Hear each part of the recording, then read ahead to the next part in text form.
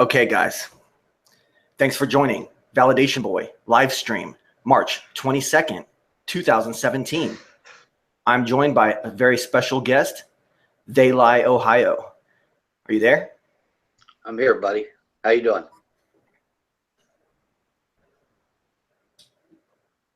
All right. Are you with me? Yeah. Can you hear me? Oh yeah. All right. Do I got a lot of distortion? I got this fan going on me. No, I don't hear none. Okay, cool. It's all good. Sorry, I hate to make you wait like that, but you know, I got to do my little ritual before the show and everything. I've been here before, VB. Just once or twice. Right. How's the Orlando weather? Tell me, please, because it's colder than hell here. Oh, really? Yeah, man. Well, it was murky today, like, you know, dead of summer kind of murky. And then right now, in the last 20 minutes, there's a huge thunderstorm rolling in. Is there? Oh, you guys get them too. Yeah. Yeah. My sister lives down there in New Smyrna. Wicked storms. Wicked, man. Oh yeah, that's on the coast. Yeah. So coastal cities over here just get it real bad. Right on. Yeah, but you guys, The you know, just- the winter time, man, we got that spring to look forward to, and summer. You guys get a mild winter, and then boom, the heat is on. I mean, temperature there, Well- you know, it's cooking there in the summer. Whew.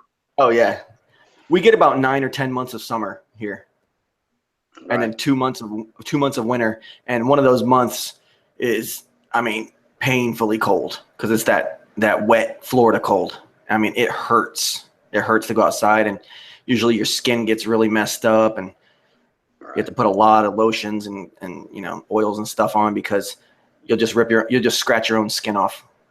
You know, the weather is so crazy here. I don't know if that's true for everyone, but I got dry skin, so. Right. Were you born and raised there? I mean, you lived there your whole life? Yeah, I mean, my mom is from Ohio. My dad's from Indiana, but they came down here when they were married, and then I'm born and raised in Florida.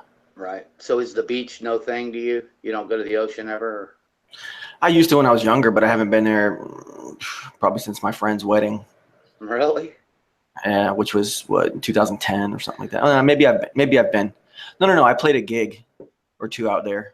Right. But not actually like going to the beach to hang out on the sand and in the daytime and get the sun and all that stuff. Gotcha.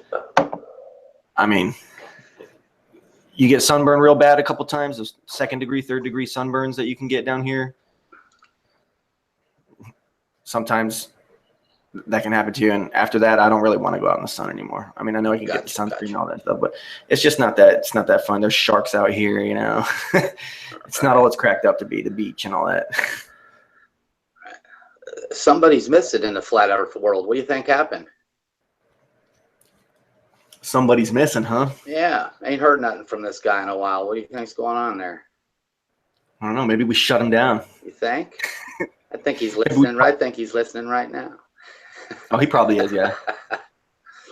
He probably wasn't expecting it when you came out with those videos on him. Oh, yeah, that blindsided him. Oh, yeah, he wasn't expecting that. I just had enough of his shit, you know. What it was is he attacked Jazz. And after that, I said, that's it. You know, Jazz don't bother anybody. Jazz is a pretty good dude. He gets in his car and he makes his videos about his flat earth feelings. And then, you know, Birdchest had to just, you know, run the trap all of a sudden. I said, that's it. For those of you who don't know, Enough. for those of you that don't know, I dubbed a certain guy who used to be known as Flat Earth Vancouver, BC, for British Columbia, but we figured out that the BC actually stands for Birdchest. So Yes. that's his new name, is the Birdchest. Because the guy was ragging on me saying I'm fat and all this stuff, like I'm a big fat, you know, cow or something. And then he had a video from a couple months ago where he stood up and showed everybody his stomach and his tattoos and stuff. And you could see that he's one of these guys with a little scrawny chest. Nothing against him, you know, but he wants to talk all this trash. Well, then I'll throw it right back at him. I'll call him a bird chest. Exactly. I always took him as he expected something from everybody, like somebody owed him something, like Patricia, Nathan, and Mark Sargent. Everybody owed him something. Hey, you need to do this for us. You're the top brass. You do this for us. And nobody owes anybody anything in this. That's true. Yeah, he did. He did. He had some ideas, right? Back in the day, he had some pretty bright ideas, I guess, or he had heard some stuff be said by other people, and it made him have some ideas. And he thought that because certain people are in certain positions and have a lot more subs than others, that it's their duty to the Flat Earth community. It's their responsibility to do anything that anybody in Flat Earth comes up with and tells them these people to do it. He expected them to do it, which is just completely unreasonable, completely unrealistic. And yeah, you're right on with that. Right. Looks like Jed Skeptics joined your chat. I should have a bone to pick with him, but I don't. I'm just going to leave it alone. Yeah, I mean, Jed the other day was asking me what my problem is with him in one of Tim's chats. Because I get on Tim's chats and I just lay the smack down on people. Sometimes I come in there nice, and either way, people are always throwing jabs at each other in there, and I'm definitely one of the first people that some of those people want to throw a jab at. I'm definitely one of the first guys that some of those people want to throw a jab at, and so I take it, and I give it right back to them. Jed was trying to play cool the other day and say, "VB, I'd like to have you on and see what your problem with me is." It's like, motherfucker, please, publicly. I know privately I sent you that email and we had our own little spat, but that was, that happened in the moment, and it was between me and him, and it was over the course of a couple hours. We were emailing back and forth, 30, 40 emails to each other. But publicly, I was never, I never bashed on him or called him any names or tried to say that he was stupid or anything like that. But all of a sudden, one day he came out after that and was just raging and just talking all kinds of shit about me. And when he had to take it to that level, that's why I still have a problem with you, man. But I mean, the problem, it's not even that bad of a problem. Me and him are, I think Jed and myself are pretty much done. He might even be coming back around, But he's here, huh? Strange, huh? Well, I mean, he sees me in Tim's. I see him in Tim's. I mean, right. Yeah. Well, he was showing. He was, when he started, he was showing moon videos and stuff like that. And I was in his comments. I was like, "Hey, check out some of my videos and all that. My moon videos."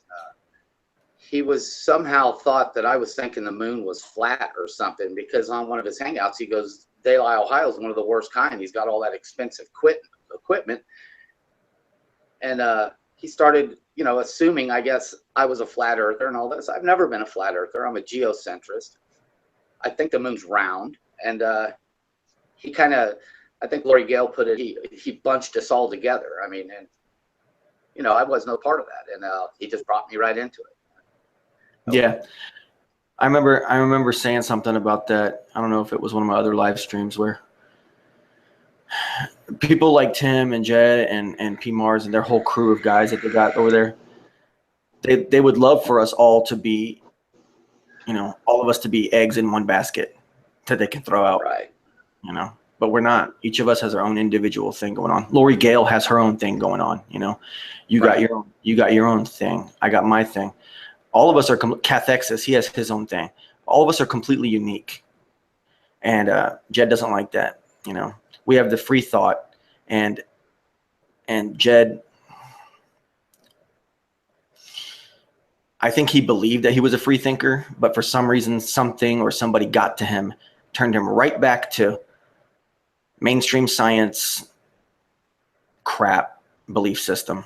And now he's full of rage. And I mean, he's actually chilled out quite a bit after some things have happened between he and I, and between he and Tim now him and Tim have had problems with each other. Apparently, Tim banned P Mars today too. Oh, yeah. Yeah. So, I mean, what do people expect, man? I mean, this Tim Osmond guy is just, He's out there. Well, like my latest video with the star rotations, you've seen it, haven't you? Yeah, yeah. Well, Tim left a comment. He was the first one to comment on that video, and I'm paraphrasing here, but he said, "They're not going in two different directions, dude." Well, time went on, and that comment he removed. So he did see that they were going in two different directions. He removed that comment. Now, in that video, that's a good video, by the way. And when I see the two gears coming in at each other like this, that's what you're saying is happening, right? Yeah, you can see it. Now, let's say you were to pan that camera up a little bit and back. Would you see even more of this, or no? No. It's just in one section looking southeast is where you get that effect. So if I turn my camera, if I were to go out in my backyard right now and point my camera southeast at about a 30 to 40 degree angle, I'm going to get a clockwise rotation of the stars. And if I were to move it towards the northeast, I'm going to get a counterclockwise rotation. So you've got to center it southeast kind of, and then you'll get that gear effect. So you're in the northern hemisphere, and if you focus it on a point that is south of the southern hemisphere or south of the equator, that's when you'll get that effect?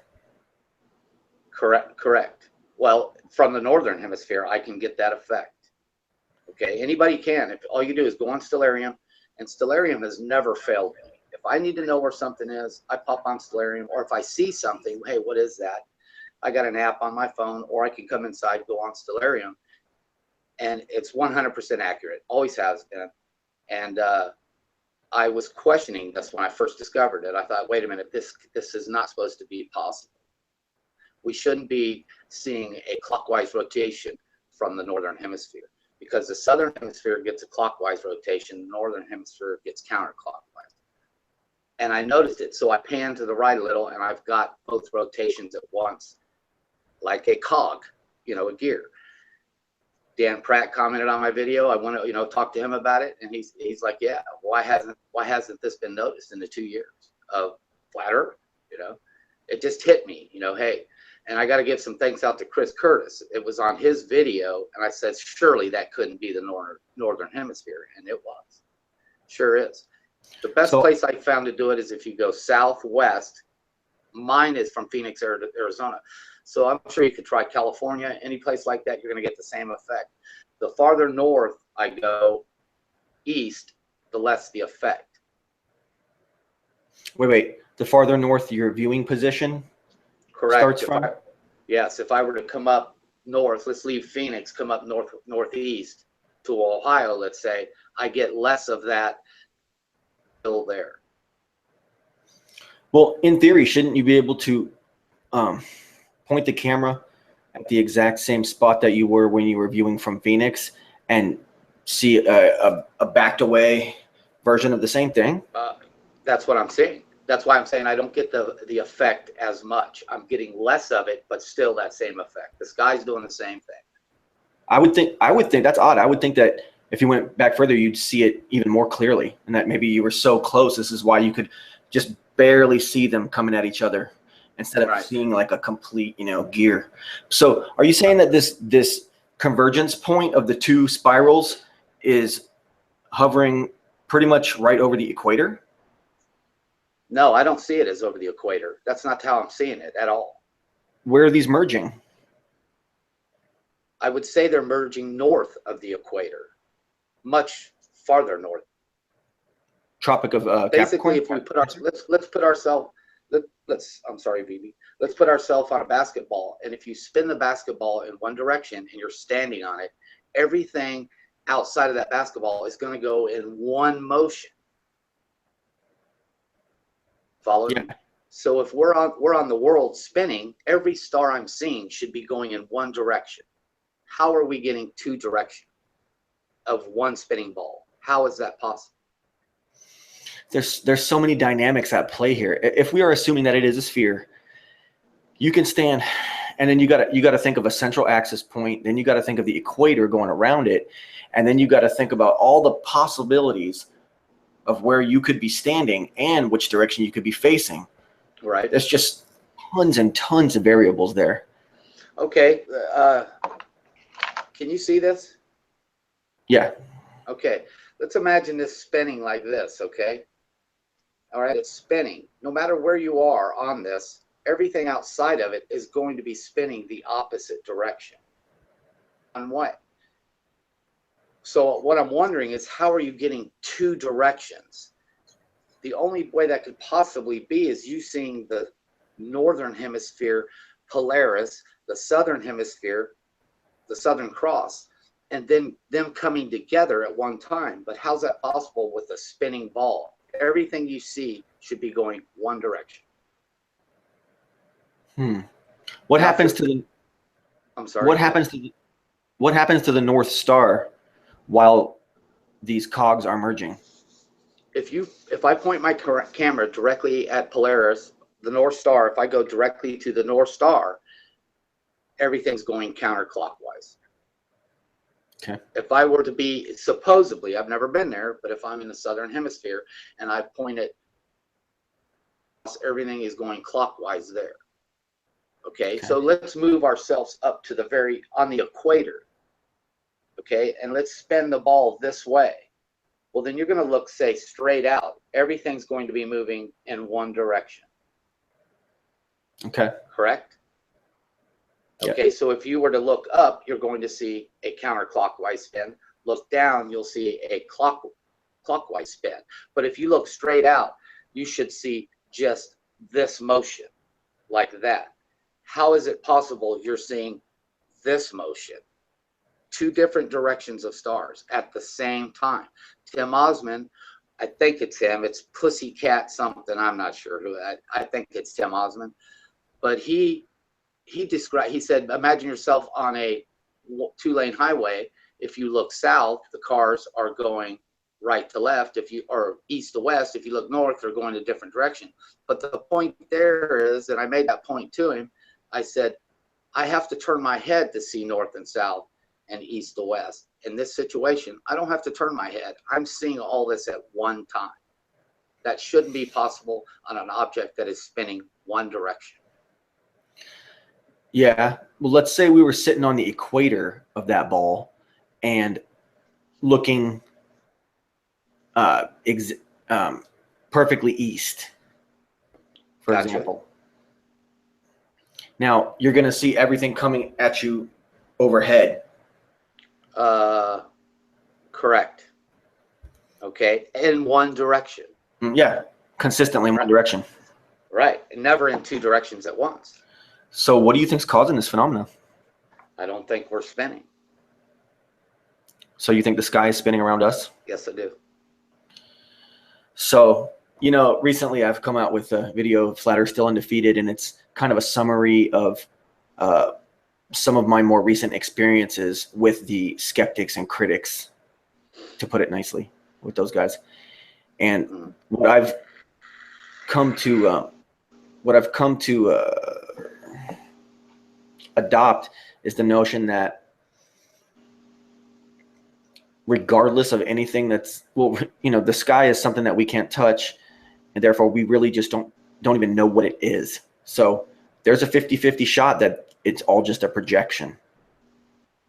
And since I don't think humanity has the technology to discover what the sky, the limit of the sky, and what the stars and what the sun and the moon really are, I don't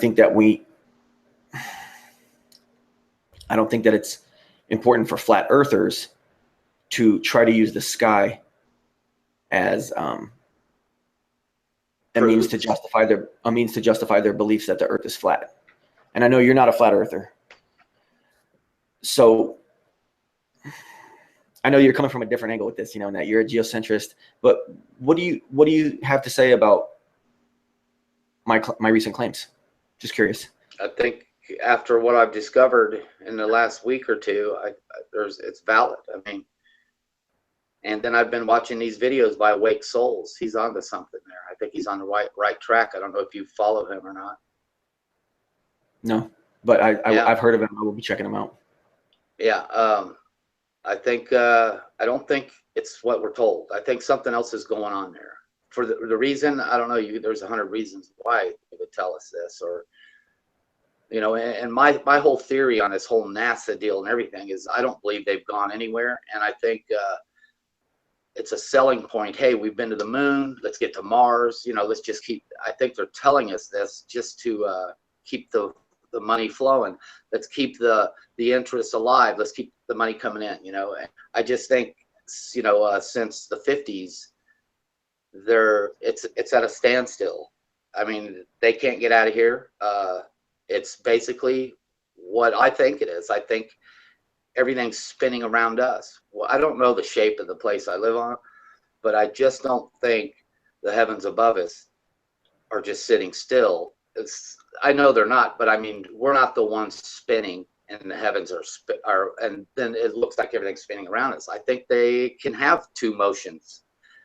So be it. I mean, I'm looking at this and I'm seeing two motions, and that I think that's what they do. That's what the stars, the planets, the sun, the moon, that's what they do. That's just the way it is.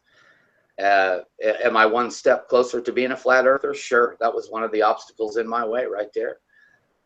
The next one is the lunar eclipse. I mean, and you know, that's Celilian. I mean, that baffles me. That's the eclipse is on the opposite side of what it should be. It's baffling. I think you're when I heard you on the last hangout, and when you're what do keep talking over each other? We're gonna keep talking over each other. All right, I'll just keep talking. That hangout. Well, that hangout there is, I think it's valid what you're saying. What's up there? We're down here. We can't. It's no longer related. Let's start looking at these things separate. That's the way it is. Yeah, that's what I'm trying to say. And I mean, Jed's whole thing with the moon and relying on this thing out there that he has no idea the function or the composition of this thing, and he's relying on that object to prove something so grand as the shape of the entire planet that we're living on. That's out of control, man. You know, I think it is. Right. That's, and then, you know, I've asked Tim Osmond. I hate to keep bringing this guy up, but I've asked him, prove to me, anybody out there in YouTube world, prove to me we're the ones spinning. They can't do it. There's no way they can't do it. Yeah, I mean, I believe John LeBon and Tim Osmond are both geocentrist, stationary sphere Earth is their belief, both of them. Oh, no, wait a second. No, Tim has said that he's a heliocentrist because all the things in the sky perfectly match up and it's all predictable. So therefore, the entire corkscrew heliocentric model is 100% accurate with Tim Osmond. And he looks no further into it. I've heard him in a few chats lately, though, or in hangouts, and he's starting to look into this geocentrism and everything. He's starting to look at it. That's what I thought. Because he knows it could be possible. Yeah. Yeah. I heard about geocentricity right before hearing about flat Earth. Years ago, there was videos on it. Very few. And they were mostly some kind of minister. And the video footage of him talking about this stuff was old even for then. Not that old, but you know, years prior to then. And that was the only guy. I don't remember who it was. And then all of a sudden, flat Earth popped up right after it. And then the geocentric thing kind of just got lost in the shuffle for a lot of people. And then it made a resurgence. Now, how long ago was that? I'm thinking 2010. No, 2012. Okay, so that would have been the first. I mean, the resurgence of flat Earth, that would have been right in the first time. I mean, as far as when you wrote a paper on it, when was that 2012? 2013. Okay. It wasn't really much of a paper. It was more of just a little essay, you know, 10, 15, 20 paragraphs or something like that. I don't even remember. But it was a lot of stuff that I had seen videos on and read little articles and little snippets of things on the internet. There was a lot of, you know, not a lot, but there was some misinformation in there. And it was just me collecting everything I had heard from the year prior concerning all this stuff, and finally putting it down into one concise or semi-concise essay. Right. And it was pretty much a waste of my time putting it on the site that I put it on, because that place was horrible. It was this forum, this debate forum, and all kinds of users, like 4,000 users, 4,000 posts a day, stuff like that. And I became one of the most popular users just because of the stuff I was talking about. So I'd go to the headline section and I'd post my essays, and some moderator, after a while, they just had people assigned to me. That 24/7, there was a shift for who's watching Validation Boy, because I was writing on that thing like crazy. I do 2 a day sometimes.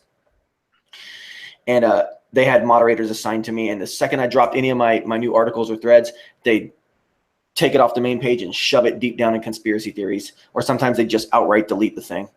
And I'd have to, I'd have a second copy saved. I'd post it again, deleted. Then I get warnings. Then I get suspensions just for talking, just for saying the same kind of things we're saying on YouTube.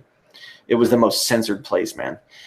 And I just couldn't take it anymore. I put so much energy and so much time into that website as a contributor. There was no money involved or anything like that, but I was definitely writing a lot of stuff and putting it on there, and I was entertaining a lot of people. People were coming to read my stuff on a daily basis. They would nag me when I didn't write new stuff. It was a waste of my time.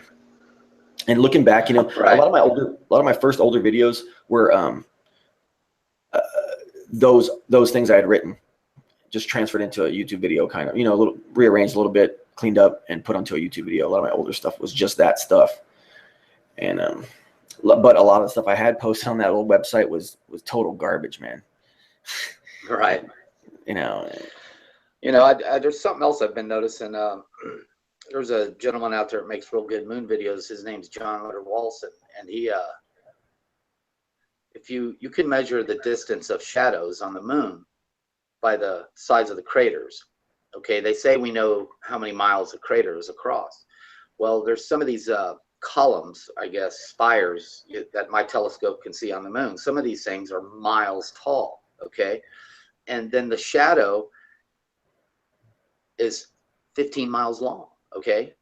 So we know the shadow is 15 miles long because it takes up half the crater, and the crater's 30 miles across. So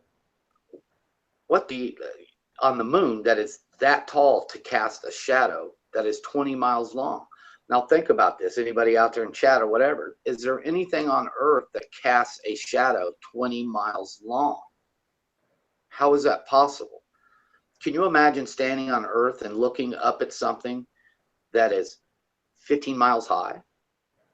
It's unbelievable. So either, and the reason I'm bringing this up is either they're really 15 miles tall or 10 miles tall, or it's not that far away and they're not that tall. Or the light could be hitting it, because when we're talking about a shadow, we're talking about triangulation, right? Correct. And that means, but then the light source can be in a number of positions. So what if the light source was low on a object that was maybe 5 or 6 miles high, and the lighting was really low on it? Could that cast a 15-mile shadow? That's my question to you. Is there shadows on Earth that are 15 miles long, 20 miles long? I don't think I've ever seen that. Right. I mean, does Mount, how tall or how long? I know Mount Everest is like 29,000 feet. That's what, 6 miles? So how far does the shadow cast off of Mount Everest? Is it 2 miles long, 5 miles? I don't know the answer to that. I just found it very strange that these shadows can be that long. And these objects must be, well, not very much like a mountain, more like a spike, right? Right. Exactly. That's what they are. That's what I'm seeing. But spikes with craters between them? No, just the only way I can describe them is they're like spires. Or now, according to science, these could be, 300-400 yards wide. These could be a mile wide. These could be, Like I've seen them, you know, with my own scope. I'm hoping to do live hangouts and get in close on these so people can look at these things. You know, you can see a lot of weird stuff up there. Does the moon ever turn for you? I mean, we always pretty much seeing the one side of the moon, right? Right. Yeah, the moon doesn't spin; it pivots. It's like a let's imagine. You're looking at a clock face, and let's follow the minute hand. It'll start at, let's say, 7 o'clock, and the moon will turn. When I say turn, the face of it, like a clock, will turn to 11 o'clock. Then it'll go back down to 7 o'clock. Okay, it's like a steering wheel, only turning a quarter of the way and then back. Okay, so we're never getting any lateral side to side or no. You know, anything like this. No, never. So I mean, that's a shame though, because then you'd be able to actually get some depth on it and get another dimension on it. You know. Right. Perspective dimension. And from what I've seen, there's a lot of people out there saying it casts its own light. And every test I've done, which anybody can do this, if you take a ball and you go outside on a sunny day, look at the shadow on the ball, and then look up at the moon, and the ball shadow will match the moon shadow perfectly. So to me, I believe the sun is casting light on the moon. Did you ever see that video? I think Ronnie Event Skeptic shared it once. I don't remember where it's from. It might be from Aaron Dover's channel, where the two guys are in an airplane and they pass right by. It looks like they're flying right next to the sun. Yes, that's intense. Yeah, that tripped me out, man. That freaked me out. That is intense. Isn't that amazing? Now, Awake Souls is doing some, I think it's Awake Souls. He's doing some videos like that on clouds going behind the sun. Of course, you know, what's happening is the lighter clouds look like they're going behind and the darker clouds are going in front of it. But he says he can run this through a program, and any clouds that go in front of it, it leaves you can see, in other words, the program he runs it through, you can see it's distorted. It's a rough finish. You can see the clouds go in front of the sun. But the ones that he say are going behind in that program, you cannot see them. It's a smooth face of the sun. So he's saying that this program helps him conclude that they're behind the sun and that the sun is definitely like in between the camera and these clouds. Yes. See, that's all from the ground though, right? Right.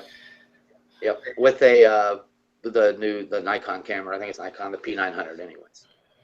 I mean, the skeptics and the critics would say that, you know, of course, they'd say, watch Validation Boy jump in right now and say, well, you know, it's still just the sky and it's still just. Right. You're right, though. I mean, you know, these skeptics, Jed, you need to open your mind, brother. You don't know what the hell they're lying to us about. Do some experiments out by yourself instead of taking Timmy's hand, and do something yourself. Just see what's going on out there. You know, I've owned a telescope for years. I used to have a telescope that was 5 foot tall and 14 inches around, and dude, they're onto something here. Okay, this isn't nonsense. This is, look into it. You know, that's just the way it is. I'm sorry. Well, yeah. To be fair, for Jed, he's screaming at his computer screen. If he's watching this right now, he's screaming at his computer screen saying, fuck you guys. Look at all the moon videos I made. Look at all the research I've done. I've made tons of videos. I've got tons of footage of everything. I mean. But he didn't make none of them. What do you mean? He didn't do the videos. He didn't take the telescope out there and do it. Yeah. Well, okay. You know, do it yourself. Go do some experiment yourself, Jed. Well, what I'm blown away most by is the fact that these people out here, like, you know, Jed and whoever, there's a bunch of people out there that have dabbled in flat earth and gone back or whatever, or messed with flat earth but still believe the globe and everything. How do they think it's more likely same government that brings you 9/11 and the Paris attacks and the Sydney hoax and Boston bombing hoax and Sandy Hook hoax, the same government that brings you that also tells you that the earth is a sphere, even though you can't see it? They even have a company called NASA that makes up a whole bunch of crap for them to support this idea. And it's all garbage. Everything that comes out of that company is garbage, or that government agency. It's just crap. Do they think it's more likely that everything that government is telling you is true, or that maybe something's awry, and there's a chance that you're being lied to. Exactly. And that's why I said do some experiments yourself, because the odds are there's no way all of them are true. Yeah. And, you know, come on.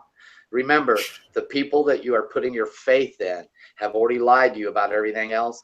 They're the only one that has sold us that 1972 picture of the globe. They are the ones that are selling us that, you know. So, pretty crazy.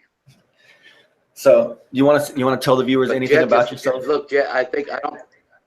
Hold on, I look. Jed just said you picked a fight with me, you dick.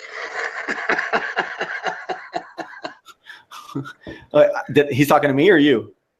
He's talking to me. Okay. Right here, they lie, Ohio. You're lying. What am I lying about? What am I lying about, Jed? I'm a pretty honest person, buddy. What am I lying about? Yeah, answer the question, Jed.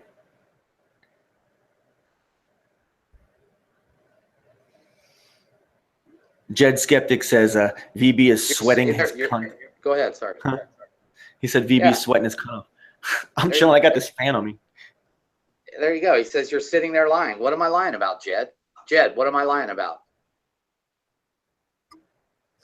He says he's done his own experiments. I don't remember him making any. What have you done? When he did the moon videos, were they his own footage or were they someone else's footage? Well, he kept borrowing them off some other guy, and then two people, and then I think he took his camera out and shoved it up at the moon and said something about it. And okay, that's it. I've got $5,000 in equipment here, and I kept telling him, "Hey, go look at my stuff." And all of a sudden, I was labeled a flat earther, and I thought the moon was flat. He made fun of my lunar wave. He just wrote, "Go chase the lunar wave," and all this shit. How many hours of moon footage would you say that you've either accumulated on film or have observed? Oh, wow. I'd say hundreds and hundreds of hours. I'm probably not in 1,000-hour range. I'd say hundreds of hours, though. I mean, me and my girlfriend take that scope out. Let's say the moon's coming up at 5 o'clock. I'll get the scope out at 6:30, set up, and we'll sit there till 2:30, 3 o'clock in the morning sometimes. It depends on how long the moon's out. She'll sit right there with me and watch the screen. And, you know, I was chasing the lunar, which is with you. So, you know. I think we broke up there. You're saying you were chasing the lunar wave? Yeah, and that has a lot to do with you. I mean, you even, when you were doubting the lunar wave, I was like, you little motherfucker. I sit out there every night. I want to prove this is right, you know. And then finally I caught it. And it proved to me finally, damn, it is there. It's real, you know. I finally caught the lunar wave. And, you know, I'm post-lunar wave now, but I'll still always want to capture it. It's an amazing, something's happening there that we don't know what it is, you know. But by being post-lunar wave, what's the guy's name? The guy who was first to introduce that idea? Oh, Crow 777. Crow 777, that's right. Has he changed? Has anything gone bad, gone south with him? Or he's gone more over into economics, the government. He has tore NASA apart pretty much, and SpaceX. He's going in that direction, false flags. And what he's done is moved from San Diego up to Maine or somewhere like that. And it's harder for him to capture the sky. It was easy before in San Diego, less trees, but now he's somewhere he can't do it so much. So he's actually got to take his scope somewhere, and he's got a big scope, a lot of equipment, and of course, you're not going to do it as much. Oh, so he must have had a pretty sweet setup back in San Diego then, where he, you know, his house or whatever. Yeah, I think he had an 8-inch T2I cannon and all that. He's just starting out, and yeah, I mean, it don't take anything. You know, you can capture it with the P900, but you just got to stick it on the moon and watch it. That's what you do. So we were talking earlier about something about the moon, and I think we were talking about the distance of it or something like that. Yeah. Or we're talking about shadows, but I remember when you and me had a private conversation, that idea that we were on, it kind of suggested that the moon could be much, much closer. Yeah. I think. Am I wrong? Yeah, I believe it's closer. And it's by the shadows is what I'm going off of right now. It's John Leonard Walson has he's built this scope himself, and he's getting awesome video of the moon. And it just, by the length of the shadows on the moon, there should be nothing to be able to cast a 20-mile shadow. Can you imagine the height of something to cast a 20-mile shadow? Now, if anybody out there in chat or anybody on YouTube knows something that casts a shadow 15 miles, 20 miles, what is it? And the tallest thing on Earth is Mount Everest. So what is the shadow cast at what time? Let's say the sun is setting and it's casting that shadow off Everest. How far does that shadow go? See, I wonder how wide, if you were to take the top point of Everest and go down to both of the bases on either side of that, I wonder how much actual side to side width you're getting there. And then because of the fact that it's a mountain and it's going down at that diagonal angle, the shadow, it's going to do the trickling down through the mountain. It's going to dissipate. So you're not going to be able to, it would have to be a spike. Gotcha. So let's just take Sears Tower or the Empire State Building or something like that. How far does that shadow cast? And that's nowhere near a mile high. So that's what I'm saying. Imagine how high some of those spires on the moon have to be to cast a shadow that far.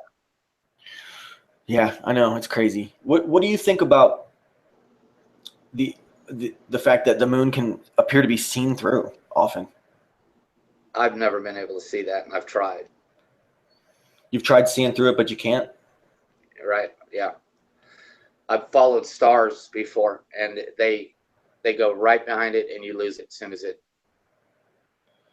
And the fact that they see it, and you think, oh, wow, it's going to shine, gone right then. And then I've kept my camera right there, and pops right out the other side of it. Huh. Okay. So it's just that you just can't see that part of the moon. Right. And we're talking about broad daylight, blue skies. Daylight and nighttime both. Yeah. You ever seen anything? Well, I guess you wouldn't see anything go behind the moon if it's way too high. Not broad daylight. I've caught some strange stuff though that I can't tell you what it is. You don't want to tell me what it is, or you just can't tell? I can tell you. I just don't know what it is. And Crow 777 has these things on his channel, and they look like donuts, and they pulsate kind of, and they are they're transparent, whatever they are. And I didn't think much of them when he caught them, but I've captured them, and they're so hard to see. But whatever they are, they're intelligent, or they're behind some intelligence. I've watched them dodge each other and go around each other. You can see this happen, and I have a video up of one of them, and you just can't see the damn thing unless you play it over and over. And I finally, I slowed it down. Brian from Humanistory helped me edit it and everything, so you can't see it now. And it looks like a donut. It's under its, own power. Nobody's controlling it. It could be a drone. I don't know, but it's not in our atmosphere, dude. This is way up there, way up. I can't tell you how high, but it's in space, no doubt about that. And you can see or what they call space, low Earth orbit. Let's say it's in that area there. Is this something that you can see in blue sky, broad daylight too? No, you'd never see it. You need the moon, that light backdrop, to even catch it. I was thinking about something the other day. This conversation is going to be all over the place, brother. So please forgive me. but that's all right, man. Go ahead. I was thinking about NASA and how they have their windows of opportunity that they use. Yeah. And it usually involves crystal clear skies. What do you think that's all about? You think it's just that they want people to see them launch the bullshit rocket, and because they want to maximize their view count, basically, and they don't want to waste the money and just say they sent a rocket up if nobody could see it? Is that what it's all about? It's all about dramatics? I think they want us to believe we are going that far. We are getting out there, that we can reach these points just with a little more help from you, Donald Trump, Ronald Reagan, whoever's in office at that time. I mean, I just watched Donald Trump sign a big NASA, more money going to NASA. That's what it's all about. I don't think they're going as far as they say they're going. I just don't see it. Is it possible? Anything's possible, but Would NASA get night? Before NASA got went to like, the moon. I mean, what, 2-3 years later, Von Braun was saying no, it would take 3 rockets and high as the Empire State Building, and 2 years later, boom, we're there. yeah. Just it don't make sense. Sometimes we got to use our own common sense, you know, and figure things out ourselves. Believe what you want to believe. I'm in the camp that we didn't go to the moon. I'm in the camp that we're in low Earth orbit. I don't think this ISS is 250 miles above our head. There's no way. You couldn't see it. Yeah, that's true. That's true. No one's ever seen the ISS in the daytime, right? There's a few videos out there if they claim. I think something's flying around up there. I just don't think it's 250 miles away. I think that's our limit right there is what they're flying around at. My girlfriend will stand out back with me, and she has the ISS tracker on her phone, and it's in St. Louis. I'm in Ohio, and we see it. Okay? Okay. So we start seeing it when it's in St. Louis, and it comes above us. Of course, when you go to ISS Live, it's always cloudy. It's never a clear sky. I've done this, and then it's gone, I'd say, in a minute and a half, 2 minutes. While we were watching, it was at 10:30 at night. The ISS was coming from northwest. We saw it. It was up towards, I can't remember what city it was over. It was way far away. And by the time it got over my house, the light went out like that. It was done. And I was like, how did that happen? It's 10:30 at night. The sun's been down for what, 3 hours, 4 hours. And let's say it's 250 miles up. It's still, if it's getting reflection from the sun, it would have stayed lit the whole time. How did the light just go out? It never came back on. There wasn't a cloud in the sky. The light just went out. When I say the light went out, it stopped reflecting the sun all of a sudden, let's say. I don't think it reflects the sun, but it just stopped, and that was it. It's never happened before. That's the only time. And you couldn't see it still traveling because obviously you need light to see it. That was it. It's like they flipped the switch. That is odd. Very odd. I looked into your red sky thing over in when you were a kid. You said I looked into that, and they said the same thing happened in Maryland at one time. Okay. Yeah. You want to sum it up? What was the phenomena called? It was something they were doing, the government, and I can't remember right now. I'd have to look it up. I can't do that right now. But if you look under Maryland red skies in the 90s, you'll pull it up and you'll see it. Huh. Okay. Yeah, for the viewers, back in the early to mid 90s in Florida, there was one night, I think it was in the summertime, could have been the springtime, not sure. I was a kid, young kid. The entire sky, what appeared to be what we would call space, where the stars seem to be, okay? Space and the sky and all that. I mean, the depth of the sky. That went from being black, black night sky, outer space, to red. And it seemed as though the entire sky was red. And it was mostly in one direction. It was 70% of the sky, I'd say. Or maybe less, I'm not sure. But the entire sky turned red. And not just overhead nearby, but it appeared that the dome of space became red. And it was super, super weird and super scary and surreal. And everybody in my whole neighborhood basically was outside looking up at the sky in complete bewilderment for hours and hours, and it lasted all night. And I've always wondered what that was, and I'd kind of forgotten about it until having some conversations with some people like They Lie Ohio here on YouTube and Flat Still Earth, another guest of mine, previous guest of mine. And They Lie Ohio has discovered that it is apparently something to do with the government. Is that all you know? No, yeah, I read a lot about it, and it wasn't good. Let's say the effects on the people weren't good for the later. They were testing something, and they were releasing something in the sky, and it turned the whole sky red as far as you could see. That's what I know. Look it up. See, I was hoping for a. Are you with me? Yeah, I was hoping for a non-conspiracy oriented, I know. Flood and everything. But it's got to go straight. That's crazy. It's got to go straight to X-Files, you know? Right. Well, maybe Jed's right. It was a dust storm. This wasn't no dust storm. That's what Jed says. Red light refracted from it. I mean, I'm talking about surrounding the stars. You could see the depth in the stars because instead of being in the blackness of space, they were in the redness of space. That's how I'm trying to explain it to people. It was like the world. Right. It was like the world turned blood red. It was insane, man, kids. Yeah. Everybody. What time of day did you say it was? This is like in the early evening up until the midnight, 2 in the morning times. Wow. So it lasted that long? Out. Lasted that long? Oh, yeah. It was a long, drawn-out thing, and it just got progressively more and more. And there was nothing in the air. There was no dustiness. Everything was normal weather. It wasn't extra hot, extra cold. No weather was out of place. It wasn't raining. Nothing was going on. It was just the whole, what I like to call the dome, basically, from what it looks like. It appears to be a dome. Jed says, was red. Surrounding stars. Shut up, VB. Why extra gate? Whatever, man. I don't get it. I don't know. Maybe we should be on here. Hey, you know what? Maybe we should be on here playing video games, huh? Yeah. I'll get my World of Warcraft. Then hey, VB, then let's get a camera filming us playing the video game. Yep.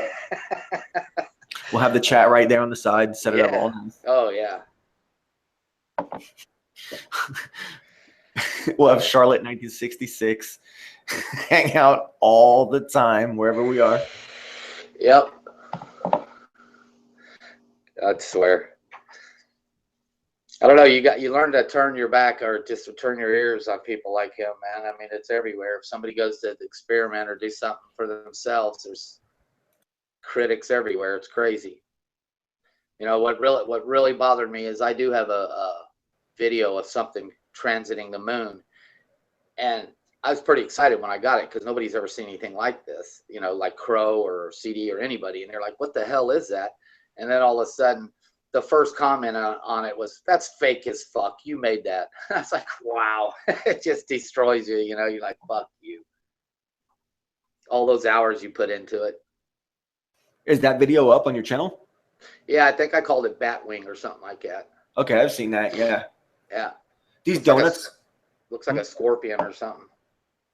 These donuts you were talking about, how big do you think they could be? Do you think they'd be spaceship size, like a car size? Do you think they're like the size of a football? I don't know. We can't speculate because we don't know how far out they are. And, let's just say the closer they are to the moon, and if I'm seeing it that size, it's got to be enormous. Or if they're in our low Earth orbit, it's hard to say how big it is, but they are intelligent. They're being controlled somehow. They do avoid each other. They'll come right at each other in the same path and turn away. You have to know if anybody gets a scope, just stare it at the moon and sit there, and you got to stare at a monitor. You're not going to see this on a telephone screen or anything like that. You have to have a good sized monitor and stare at it, and you will see amazing things happen right before your eyes. Now, what kind of definition does that monitor need to have? You can get it with 720 or 1080p or whatever. That's fine. What's the maximum you've ever seen somebody get? 64? 4K. 4K. Yeah. Oh, that's the tops right now for everything. Yeah. Yeah. Yeah. Okay. Randy in Houston, he's got 4K video showing. He's well, I mean, captured the lunar wave. Oh, I'm sorry. No, he hasn't. He has not captured the lunar wave in 4K, but he's captured it like 2 or 3 times. No, I'm talking about for your setup, your monitor. Yeah. While you're watching. Oh. Because I'm assuming you're talking about your telescope goes to your monitor, right? Correct. Yeah. So people out there, I guess, have 4K setups with big screens, and they're doing the same thing you are? Yep. Big screen, okay. 64 inches. Yeah. Huge. Okay. Yeah. Okay. Yeah, it's not, to me, the moon's a boring thing to look at. It's not, I'm not looking at the moon. Hell, I'm looking at what's going in front of it. That's what I'm looking for. I did catch a satellite once. I can't remember the name of the satellite offhand.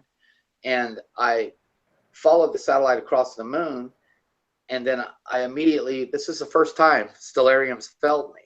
Okay, I saw the satellite. I went to Stellarium to look it up. It told me what satellite it was, and then a gentleman named Don Parker, I think his name is, wrote me and said, "Dude, that satellite blew up 3 years ago." I immediately went to NASA, looked it up, and the satellite exploded 4 years earlier. I mean, exploded. There's no way to prove that it did explode, right? No, that's what they say. We lost this satellite. The battery exploded on it, and it blew it to bits. And so it shouldn't have been. What did I see then? If Stellarium's claiming it was this satellite, but that satellite exploded 4 years ago, what the hell did I see? Well, to be a skeptic and a critic, you know, I mean, maybe a battery blew out. That doesn't mean that the satellite exploded. And I guess if there's a dead satellite and orbit is a real thing, could that satellite could potentially just stay in orbit, right? Yeah. Yep. Sure could. Yeah, it could have been a big hunk of junk just flying around up there. Now, how do you think orbital dynamics work on a geocentric sphere, non-moving sphere? Balloons. But what's your feelings on gravity on a non-moving sphere? I don't think there is gravity. I don't believe gravity as described. Okay, so it is just a theory, correct? Gravity is. Yeah.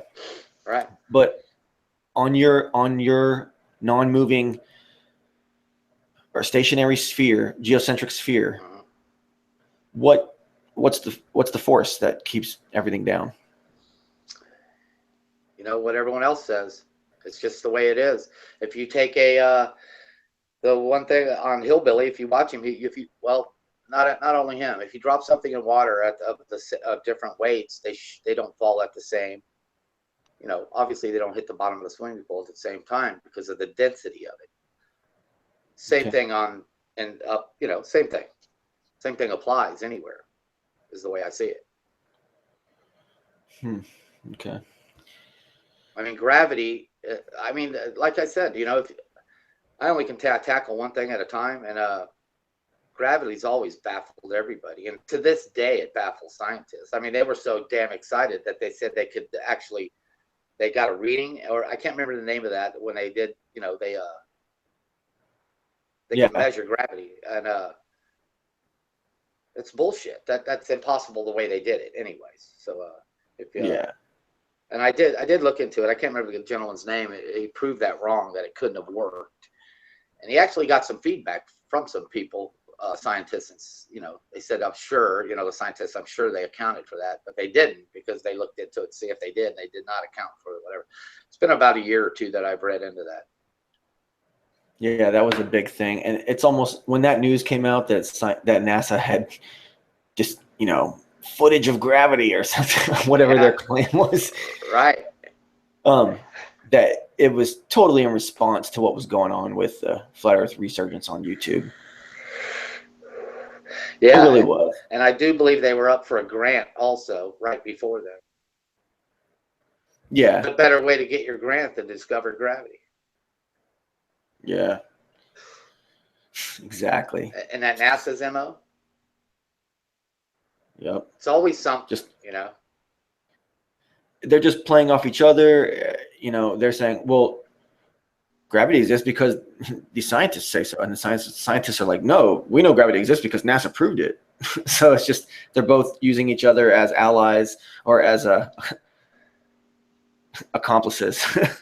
Right. You know, exactly. Like the non-NASA science and stuff. Right. Yeah. I don't know, buddy.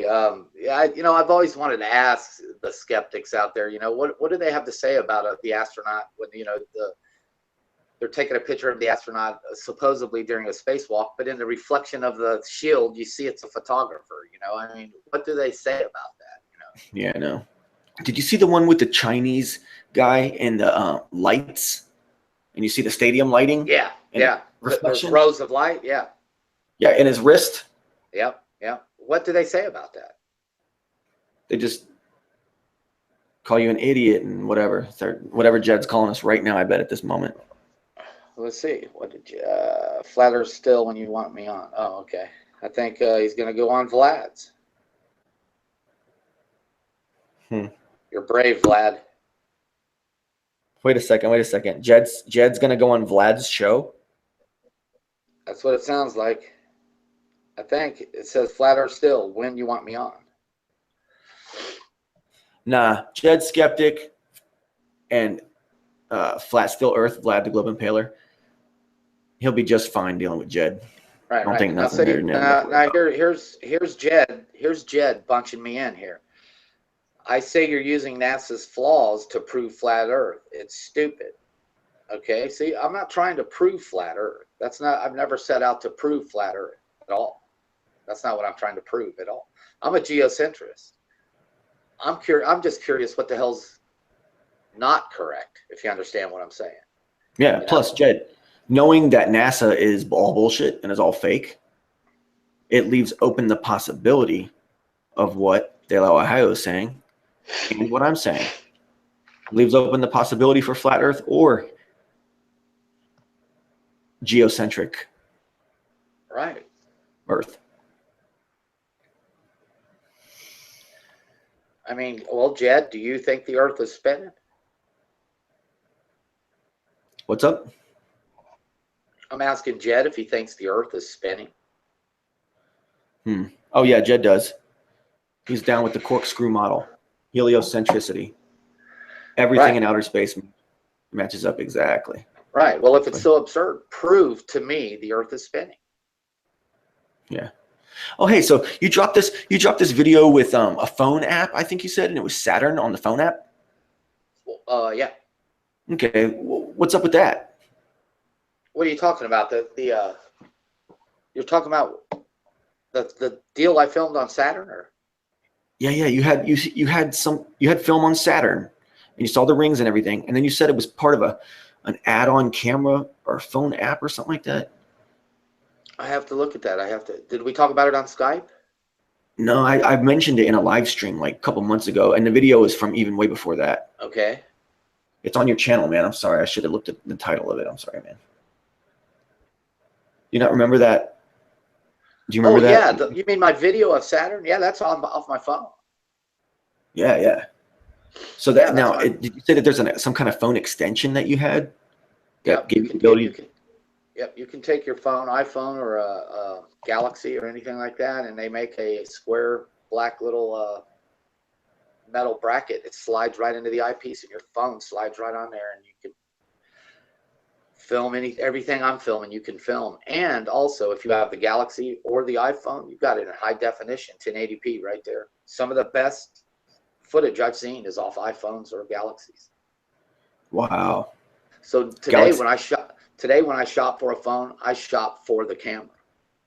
That's why I would buy a phone now. I try to go for the best camera. The best camera out there right now is the new Galaxy's coming out. It will be the best camera. And then Google makes a new phone, and it's a real good camera. And I'm pretty sure 4K will be out on a phone. You think Android? So wait, the other one, the Galaxy is an Android device, right? That's correct. Yeah. So you like Apple products or you like Android products? Either one. Really? I currently own all Apple, but I do miss the Galaxy, and I think I left the Android at Galaxy 3. I don't know where they're at now. Where are they at? Galaxy 5, Galaxy 6? Where are we at?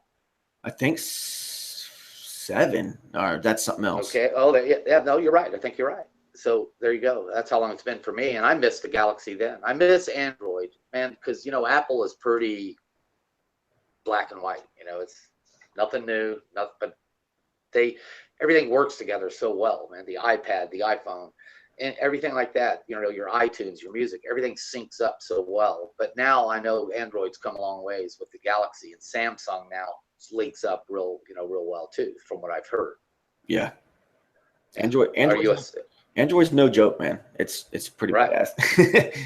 And I think I'm up for a new phone. I think I might go back to the new Galaxy 7. I think that's the phone that has that awesome camera, man. It's supposed to be the shit. Yeah. But so what I was really getting at is so you have that metal bracket then, obviously you own that. Yes.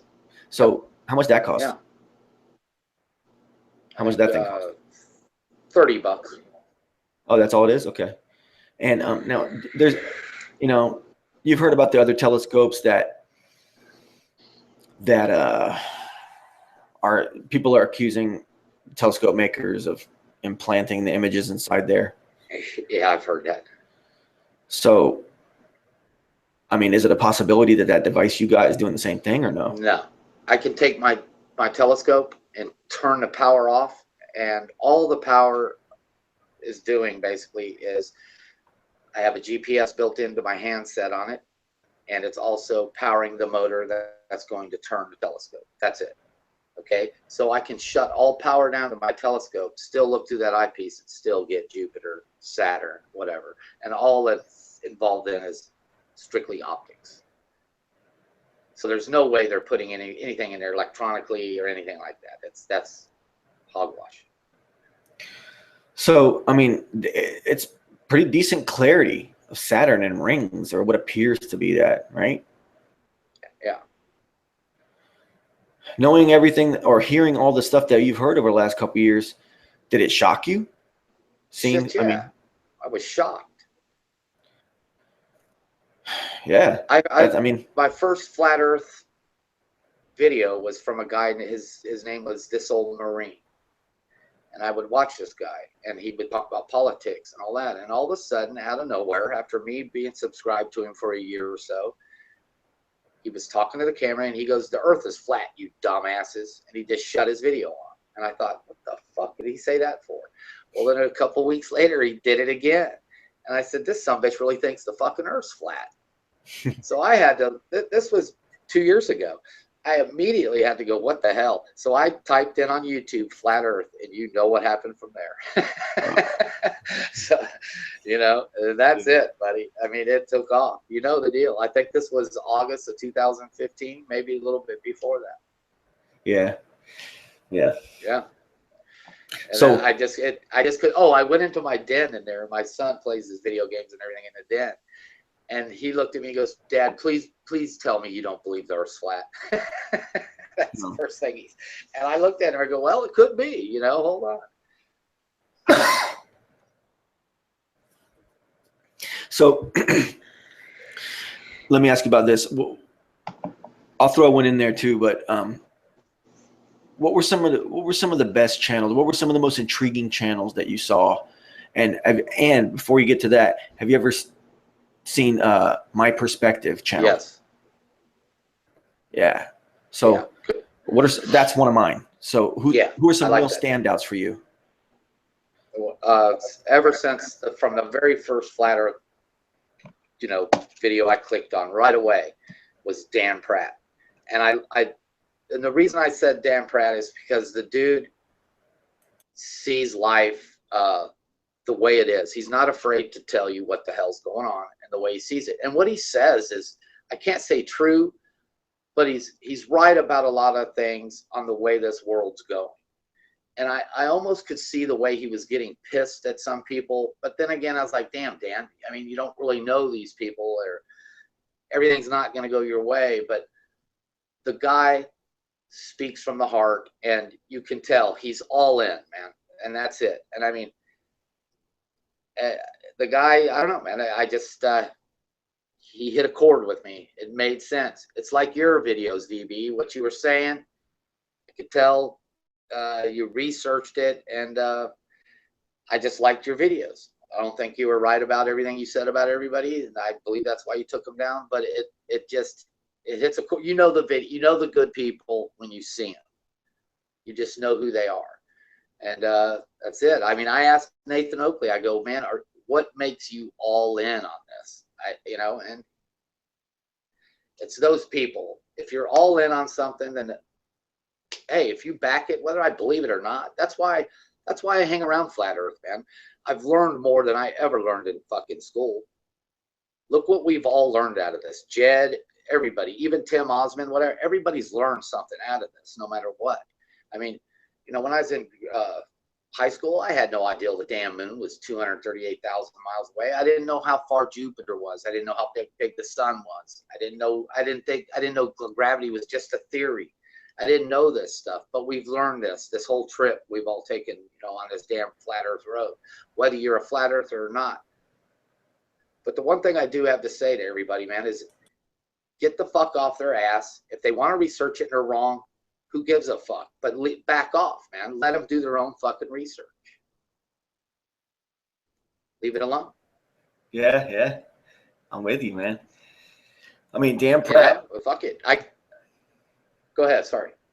No, I mean, sweet rant there, bro. I was just letting you do a rant, man. Sorry. I got to give my viewers. I mean, that's the way it is, man. You get tired of it. Fuck these fucking Reddits and all that. I don't give a fuck what anybody says. Jaron has shown enough to fucking single-handedly pick NASA to pieces. That's just the way it is. That's the way I see it. I have a mind. I'll use it for myself. I will think for myself. If I don't think Jaron's right, I'll leave it alone. Fuck it. He's wrong about that. But damn it, 80% of the time, he's been dead on the money, man. I mean, that's the way it is. Yeah. Fuck, if anybody likes the guy or don't like the guy. Patricia Steer, she has good guess. Fuck it. That's what she does. That's what Patricia has always done. There's people bitching about, hey, man, she's got this fucking many subscribers. Well, guess what? If I got in on Flat Earth 2 years ago, hosted a show, I'd have fucking 20,000 subscribers too. She's got in from the beginning, and she's been in it since. It makes sense. Us small channels, we do what we do. You get what you put in it. She has, 2 shows a week? She's been doing it for 2 years. Mark Sargent, he seems like he's taking it down that road. Would I take it down that road? Probably not, but that's what he's doing. Are they waiting for a payout? Who fuck knows? But they can have good guests on to bring us the information. Whether it's right or wrong, that's up to you. Yeah, there, man, you just touched on so many things there. I'm just sitting here trying to think of which part of this I want. You got the Jed skeptics. Yeah. Jed skeptics of the world are the bottom feeders. They feed off the top. Patricia Steer, Nathan Oakley, Validation Boy, and Mark Sargent drop their droppings, and Jed picks them up, and he eats them, and he keeps his show going that way. Well, no, I gotta disagree with you on one thing in there. I'm way, way, way closer down with you and Jed than anywhere near, those people. Not your hangout. You got the best hangout on YouTube. Yeah, but I've only ever had. Do what? Thanks. But I've only ever I got 29 viewers right now. Most I've ever had is like 40 something, 42. Yeah, right. But where else can you go and fucking Jed sit there or Tim or whoever and just shit on everybody and stick around? Yeah, I know. It is the most dynamic live chat in the Flat Earth community. I'd say that. Go. I mean, God only knows who's been in this thing, man. So many people. I mean, a who's who. Endless list. I still never did the top 5 today. Can I go back up to the top? I wonder who my top 5 are. I know you're number 1, but that doesn't count. So whoever's number 2, they're really number 1. Okay. So someone named Night Angel in at technical number 1. Night Angel. All right. And then Flat Still Earth. Really, he says he's 3rd, but he's really 2nd. I don't know who Steve Antonio's is, but they're 3rd. Then Lori Gale's in at number 4. And then Cathexis is in at number 5. His videos. I was thinking about it. Oh, yeah. I was thinking about bringing Cathexis in, but I think I might have him on another night. Early on in the show, I was playing a song by a band called Subhumans from the UK. That's probably going to be edited out. So, yeah, Cathexis has a good. He has a good series, man. Science for Scientism. Some people need to watch that. If you haven't watched it, go watch his shit. That's good stuff. Yeah, I know. I've seen some of it, and it's he'll acknowledge it, openly. It's a little bit slower pace, but it's more on the serious side of things when you want to get real serious about some technical stuff concerning the shape of the Earth and the sciences and all science and all physics. I don't know if he's a flat earther or not. Is you a flat earther, or are you just checking things out? What's up? I cannot speak for him, but I know enough to say he's been known as a flat Earth apologist in the past. I don't know if he would currently consider himself a flat Earth apologist or not. Okay. But he's known to have said that in the past. He said, I'm a flat Earth apologist. In the past, he has said that and been known to say that, or has been categorized as that by others, and maybe accepted it partially or fully. But that's some history for Cathexis. Right. Yeah. Yeah, that's another one. Vlad. He's all in, man. That's that's great that somebody's set their heart to something and believes it. That's a good thing. What the hell's wrong with it? Yeah, man. You were talking about Dan Pratt earlier, and I had to give the shout out because Dan Pratt is indeed the man. I mean, Dan Pratt's the real deal, bro. Yeah. Love him, man. Yeah, Dan's a good guy. I've talked to him on the phone. I like Dan.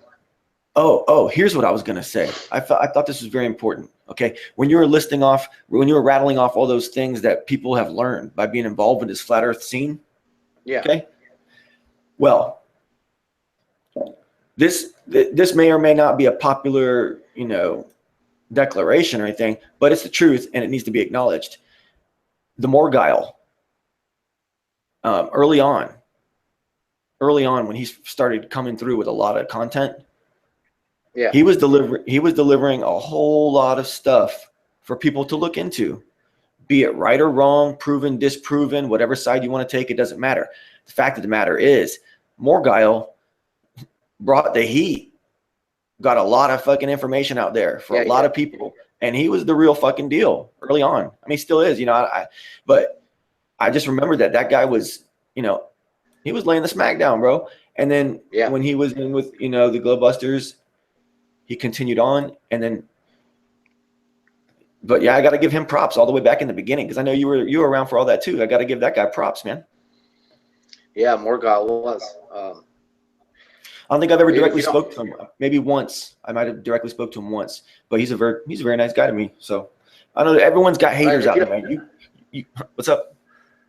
If you don't mind, man, I'm going to shout out a channel. The guy only has like 17 subscribers, and he's doing phenomenal work, man, with his camera. His name's Deja Vu, and the guy, man, I mean, he's doing some night vision of stars and stuff, and he's really getting some great shots, dude. I mean, it's Deja Vu, DJA, and then space VU. Awesome channel, dude. I can't believe you don't have more subscribers than he does. I don't know the guy or anything, but I've been watching him. He's putting the stuff out. Nobody's going over and seeing it. Okay. I'll put a link to his channel. I'm going to put your link to your channel in this description after it's all done. And then I'm going to put... I do have, like, Cathexis. That's one of my favorite channels, too. I watch him all the time, Oh, yeah. He is. I like those channels. You asked me the channels that I really watch, man, and those are, I mean, of course you bounce around, and then people, Chris Curtis has been putting out good videos lately, but, people die off. I think they got a life too, and they just slow down, Hell, I work constantly. It's hard for me to put a video out, period. Yeah. Oh man, we got serious. We got like serious flat Earth drama going down in the chat. You see all this? What's going on? Well, I don't know, but Patricia Steer has joined us, and she says to Jed, I wish you nothing but peace. As for people who, quote, used to hate me and don't anymore, they just realized they were wrong. Like ODD and others. It's simple. We are humans, and we all make errors. Amen. I agree. Hey, Patricia. Thanks for the contribution. Yep. So, Cathexis is saying that he's done just as much research on concave and as flat and geocentric. And I believe it. I know he's done a lot of research. Yeah. There was a while there where for some reason I felt like I needed to attack Cathexis. I don't know. Maybe I was under spellcraft mind control. Shit. I'm glad I didn't get on your fucking bad side. I almost did. We started off as like enemies almost, man. Well, I mean, for the viewers that don't know, I'm gonna tell the story, man. So we were going along, and I remember you and me actually had I don't think I had ever really had lots of conflict or anything. And then one day And then remind me if I'm wrong, and then one day I came out with a video, which I've since taken down, talking about how the lunar wave is questionable, shall we say. And, it was called Lunar Wave is Bullshit, something like that. And you responded and you called me out and you told me about all this stuff that you had, all the hours you had put in and stuff like that. All right. And I was a little bit harsh in my responses and stuff, but you just, but at the time I didn't capture it. So you might have been right. Maybe that's what pissed me off. I put all these hours out back with my girlfriend and I was like, that motherfucker. So I had to get it then. I was like, hey dude, how do you know it's fake? I was defending it right away. I was like, there's no way I haven't put all these fucking hours in for nothing, dude. Yeah. I know. So I guess I was just like sent it out there maybe just to trigger people, as they would say, huh? It triggered me. Yep. Yeah, my old lady was like, what are you doing? I go, fuck that. He ain't denying the lunar wave. That ain't gonna happen. Man, I can just imagine you just getting all fucking pissed off. I mean, well, man, what does this guy think he's talking? But listen, in your video, you all said, "Who the fuck wants to stare at the moon for hours and hours on end?" And I was like, "God damn, that's really hit to the bone there." So I come out with my video and I said, "Fuck you! If you think it's made with a mirror and water, prove it. Let's see you do it." Damn, man. I mean, I don't even know who that was even directed at. It was just kind of like it was directed at Crow. I guess so, generically. I guess because he's the guy that's known in a roundabout way. Yeah, because he's the guy that's known to do that, and he's the lunar wave, and he's the guy that's known to sit there for all those hours and everything, right? More famously or whatever, even though you've been doing it too. Right. Yeah, I was on a show with Patricia Steer. We were on Humana Story. Me, Mark Sargent, Patricia Steer, and it's Brian's show, and I was on there covering lunar wave chemtrails. And they were also guests on there, and I told them, yeah, I'm going to start, hunting the lunar wave. That's when I started actually looking for the lunar wave at that time. All that time after VB said it's bunk and all that shit, I kept searching, and then when I got it, I was like, fucking A, I wasn't wrong. Well, when did you get it? What night? What date? I got it August 26, 2016 at 12:43 a.m. And were there any special events happening with the moon? Any kind of notable transitional phases, anything? No, it startles you when it happens because you don't expect it. What kind of conditions were there that night? It was clear, probably about 70, 75 degrees. August, 75 degrees in the state of Ohio? Yeah, at night, yeah. Wow. I mean, that's gold for you, man. Oh, yeah, I mean, yeah. Because I know you guys even up there, I'm in Florida, but I know even Ohio, I've been there in the summertime. It could be pretty nasty up there. Right? Mm-hmm. Yeah. Sometimes you guys can have your 95, 98 degree summers and stuff, right? Oh, yeah, yeah, yeah. It don't get nearly humid here as it does in Florida, man. You guys are in a sauna there. Yeah. You're breathing water down here, man. You're breathing water. Oh, yeah, no doubt. I take road trips with my band when I was in my early 20s and stuff like that. We'd take road trip up north. We go up to the northeast. Air is nice and thin, clear. We get up sometimes over to the mountainside a little bit, and the air is even more clear and away from the cities, inland and stuff. And then when you're driving back home, you're taking 95 south. You hit Jacksonville. You hit a brick wall. You hit it's just like hitting a bag of water, and you just start sucking air.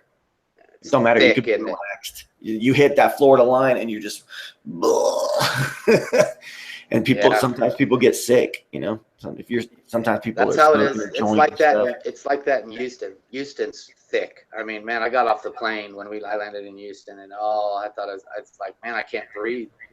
It's just thick. That's the only way I know to describe it. Real hot, thick. So you live it. Yeah. I mean, grew up in it, man. But I mean, when in Ohio, so are you near lakes or what? No, I'm a southwest kind of. I'm 60 miles north of Cincinnati.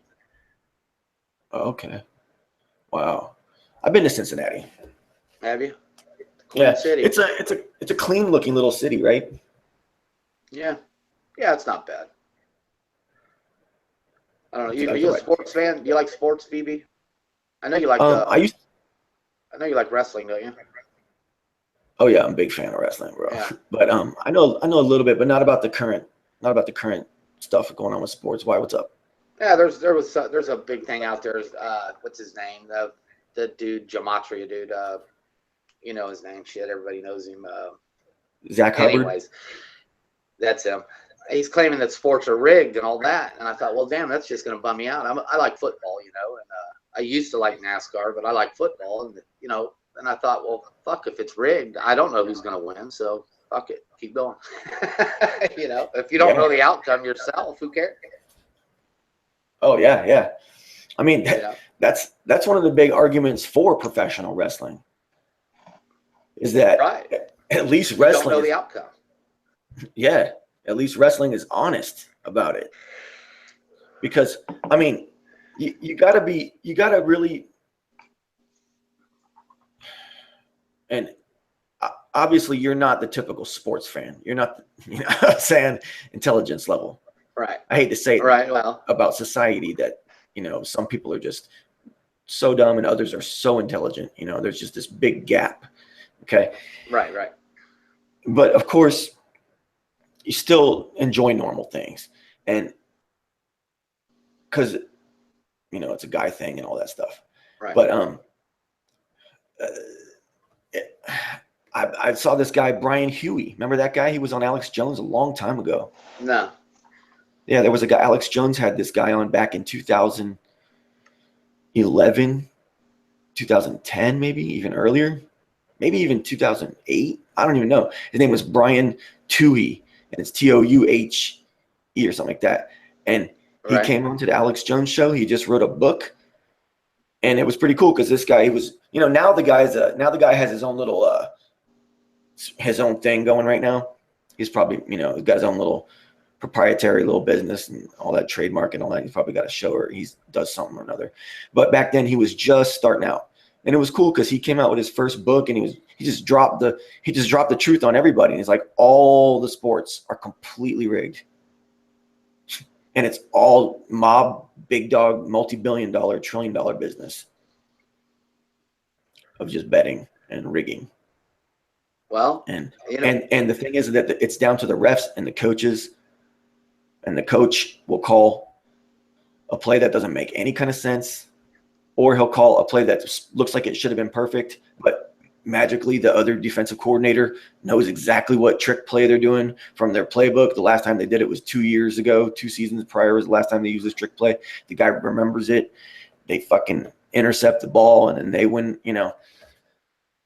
shit just goes down. We're talking millions and millions of dollars. We're talking, the payoffs are insane. And like the coach getting an offshore account and getting his, $2 million payoff for throwing that Super Bowl or that conference championship or that playoff.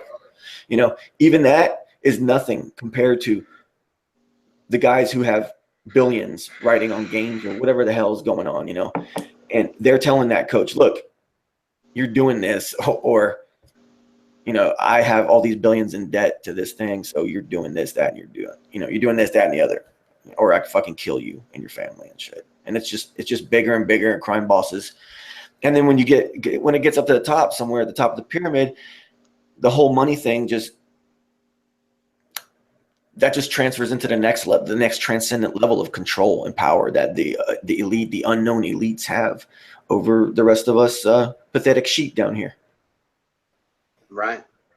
You're right. You said that at least wrestling's honest. Well, if it's scripted, it's scripted. So people that enjoy movies or whatever you enjoy, isn't it all scripted?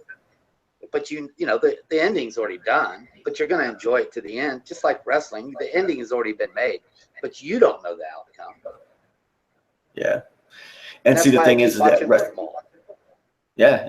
See, and over the years, you notice that a lot of sports just keep taking from WWF, WWE. They just keep taking elements of their production from wrestling, because wrestling's the oldest one. Wrestling is it's the circus type atmosphere of sport. It's really the what do you call it, the Colosseum in Rome, Right. the man versus the tiger in a sword fight to the death. It's that same thing. It's the root of all sport, combat, right? Right.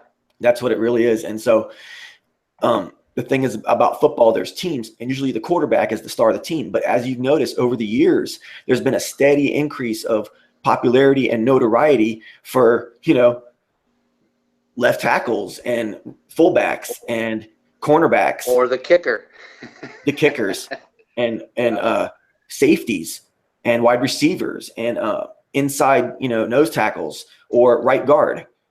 And these guys get notoriety. Oh, that's that famous, that's Lincoln Kennedy. He's the center for, this, that, and the other, or he's the right tackle for this, that, and the other. And that's been increasing. That's the thing, is that they're trying to put faces on all these players. There has to be a lot of these faces. There's your Warren Sapps and your Derek Brooks and all these people, and your Peyton Mannings and stuff. And they don't want to just limit it to the quarterbacks, because then when it comes to the quarterbacks, it becomes a real race sensitive issue, and it's always, like, usually the quarterback's a white guy, and then that's not a popular, or that's not an appropriate representation of the population of the league and its athletes and stuff like that.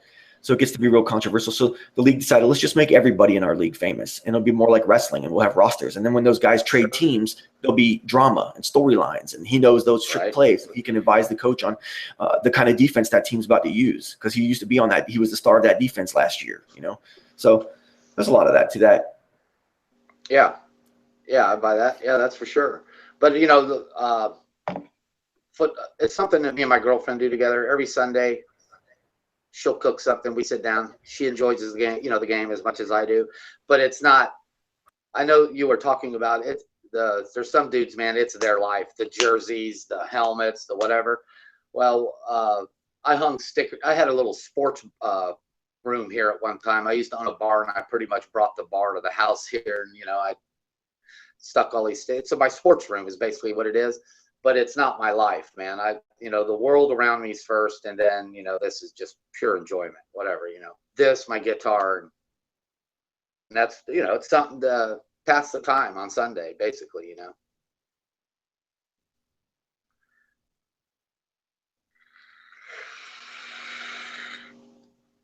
No, I'm with you 100%, bro. I was just trying to do this thing over here. Sorry, you can do that thing over. We're used to this, VB. We know what's going on, brother. Oh man, it's the truth. It's the truth. It's how to live life, bro. Yeah. It's how I want to live my life. So as Vlad, you having Jed on, or what's going on, buddy? Is Vlad still in the chat? I don't know. So here you go. What does daylight think the sun is? I don't know what it is. I got to be honest with you, though. I don't think it's a big. Sometimes NASA will show us this big, fiery inferno ball spinning up there, and I don't think it's that. Let's just say that. I'm not sure. There's a gentleman. He's a scientist that. It's some kind of energy, but I just don't, I'm not that far into it. I've stared at it through my telescope, and I never get that that big fiery inferno flame shooting off it. I've never seen that. But what kind of filter is exactly necessary, and what do they say? The manufacturers say that they're filtering out exactly for viewing the sun. It's a solar filter is what you're using. It's basically the same as a welder's helmet. It's the same kind of filter. And I can't remember the name of the waves that you filter out, but it's not, I can still get burned. I can ruin my camera through a solar filter still. But it's blocking out. I wish I could remember the name of the waves it's blocking out. Cathexis might know that. I'm not sure. But what it does is it blocks those waves out, and it will damage the retina of your eye without that. Not because of the heat or the magnification. It's for those whatever they are. Hell, I can't remember the name of them. I just don't know right offhand, BB. But yeah, I can still damage my phone, my camera, and everything with that solar filter on there. You're muted. If you stay too long on focused on it. Yeah. Yeah. With my filter, anyways. Now they might have a solar filter out there that you could stick it on there. Chris Parker, which has also captured the lunar wave, he melted his phone with a filter on it. Dang. So when you view the sun through these filters, it decreases down to like 30% of its size, right? No, you're getting. It depends on the size of your scope, obviously, but the filter does give you the actual sun. If you were to look at the sun, it's an orange dot. There's no rays. You don't see nothing. It looks exactly like the moon, but orange. You don't see no craters. You don't see nothing like that, but that's what you see. It's a perfectly round orange ball. That's what you see. Do you see any dimension to it? Does it look spherical like how the moon can, according to some, appears? It looks perfectly. It looks perfectly a perfect circle. So it's a two-dimensional kind of a thing? No, I couldn't tell you. You could not. There's no way. From when you're looking at the sun, it's a flat disk from your telescope. You could not tell if it's a ball or anything. No way. I wanted to ask you this earlier. When you're saying you were chill out with your girl up and on a roof or something, or like on a deck? Backyard. Okay, in the backyard. Yeah. And you're viewing the moon through the telescope and then into the monitor. How often, or what do you do to move and stay in sync with the moon? What do you do? My scope, it's a GPS. It will track it. The motion. Oh, so you don't even touch it? No, I don't even touch it. You put in your location, time of day, and it'll track. And you put the object you want to track. But here's the thing: I can put the moon, and I can still track the sun at the same speed. Everything is moving at the same speed. Every star, everything's moving same speed. Nothing's moving faster than anything else. Wow, really? Yeah. So if I take my controller and type in, I'm going to, chase the moon around all night. If I put moon and then point it to Saturn, it's still going to follow Saturn perfectly. So, I mean, we see any object, I guess by default, we see it once per day, right? No, it depends on time of year. Jupiter is starting to come back around now. And then towards the winter time, at the end of this year, we'll lose Jupiter at night and we won't see it no more. And then it comes back around. So we only get it certain times of the year. Okay. So, I mean, but when you are viewing any given object, when it is viewable, you're still only getting that object once per day at most. Correct. Right. Yeah. It's that or nothing at all. Right. Or maybe even less frequent than that, somewhere in between. Right. Well, I was trying to think what I was trying to get at. What, man? You were saying something right before that. I'm sorry. That's all right, man. I forgot too. I've slept since then.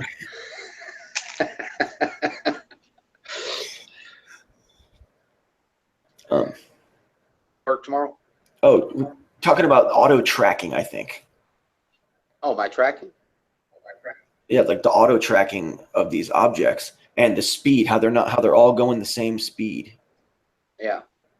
And I was thinking, well, you're only going to see an object once per day. Right. So you're saying that every object has its own different window of visibility? Correct. Depending on the day and time of year? Time of year, everything. Yes. So. Yeah. It's pretty neat. Anybody can do it for pretty cheap, man. If and get this, my scope, everything on my channel is only a 4-inch scope, 4 inches around. Only. That's it, 4 inches. I mean, like Crow, he's shooting with a 12-inch scope, man. That's huge. Oh. Is that 3 times or is that 3 cubed times? That's, well, my 4 inches, so 8, then 12. It's, that's the diameter. Yeah, I know. Yeah, I'm saying, is that like, Yeah, are we that's talking like huge. times 3 or like dimensions cubed of Oh, capability? his his capability. Let's see. He's oh yeah, let's see. My 4 inch is, I can't remember offhand. He's getting so much closer than me. I mean, tons closer, dude. I mean, Yeah. wow. But dude, once you hit that 12-inch range, you're up into the $5,000-$6,000 scopes. I mean, dude, there's $30,000-$40,000 scopes that me and you can purchase. After that, they're out of touch. You got to have to be rich to get something like that.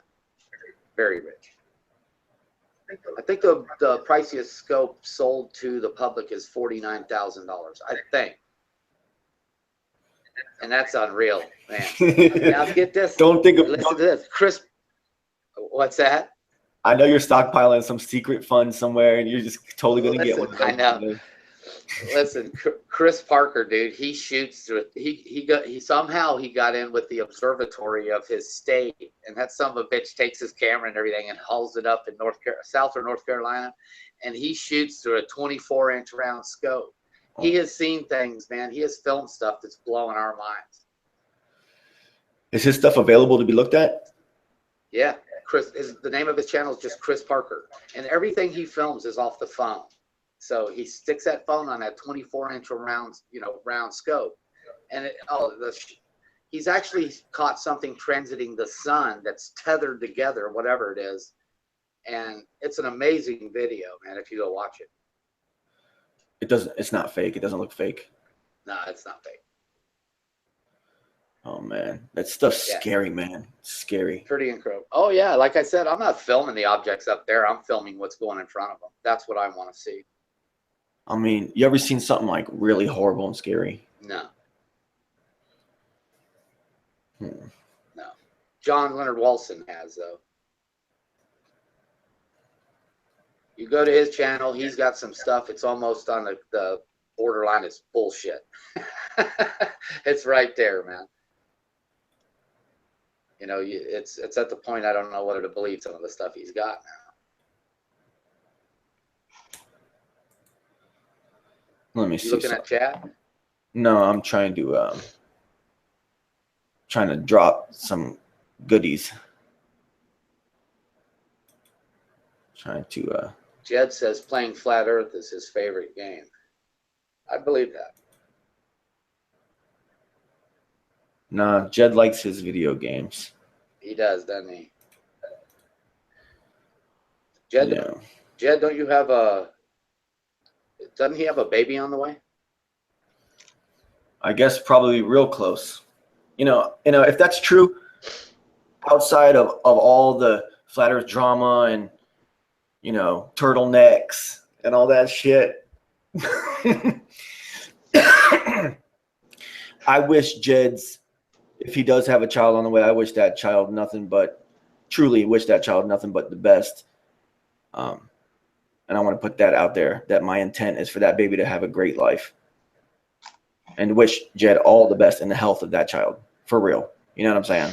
Aside from all the Flat Earth drama and all the crap, there's one negativity that I definitely don't want to send out there that way to a former ally turned bitter rival. Yeah, I don't wish ill will on anybody, man. I mean, no, of course not. Yeah, I'm just saying. I'm throwing that out there. That's something that's something that Jed's gonna sit over here and get all up in the chat. As soon as you said that, Jed got triggered. No, I was just wondering.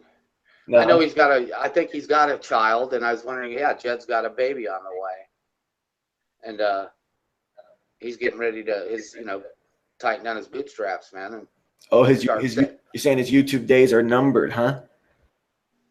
Yeah. That's I hope he's healthy, she's healthy. Do you know if it's a boy or a girl? I don't even know. Jed says he makes your chat.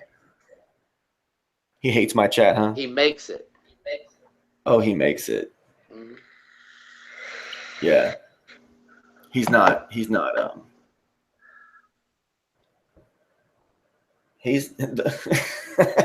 Jed thinks the world revolves around him, man. Oh, like I said, man, I subscribed to Jed and everything, and then all of a sudden he just started he punched me in with every flat earther, and I was all of a sudden shit. He attacked my lunar wave. He attacked the moon. He said, yeah, I guess I thought the moon was flat, giving off its own light. Obviously, he didn't watch none of my videos. I had to make a video correcting him, saying, hey, dude, I'm not a flat earther.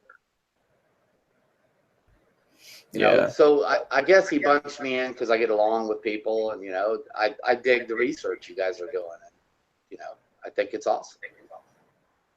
Yeah, there's a lot of stuff, you know, there's a lot of stuff. What's, you know, aside from, let's play devil's advocate. In your mind, okay, seeing as how you've taken on, you know, seem to have, or leaning at least strongly towards the idea that it's a geocentric, stationary Earth. Mm-hmm.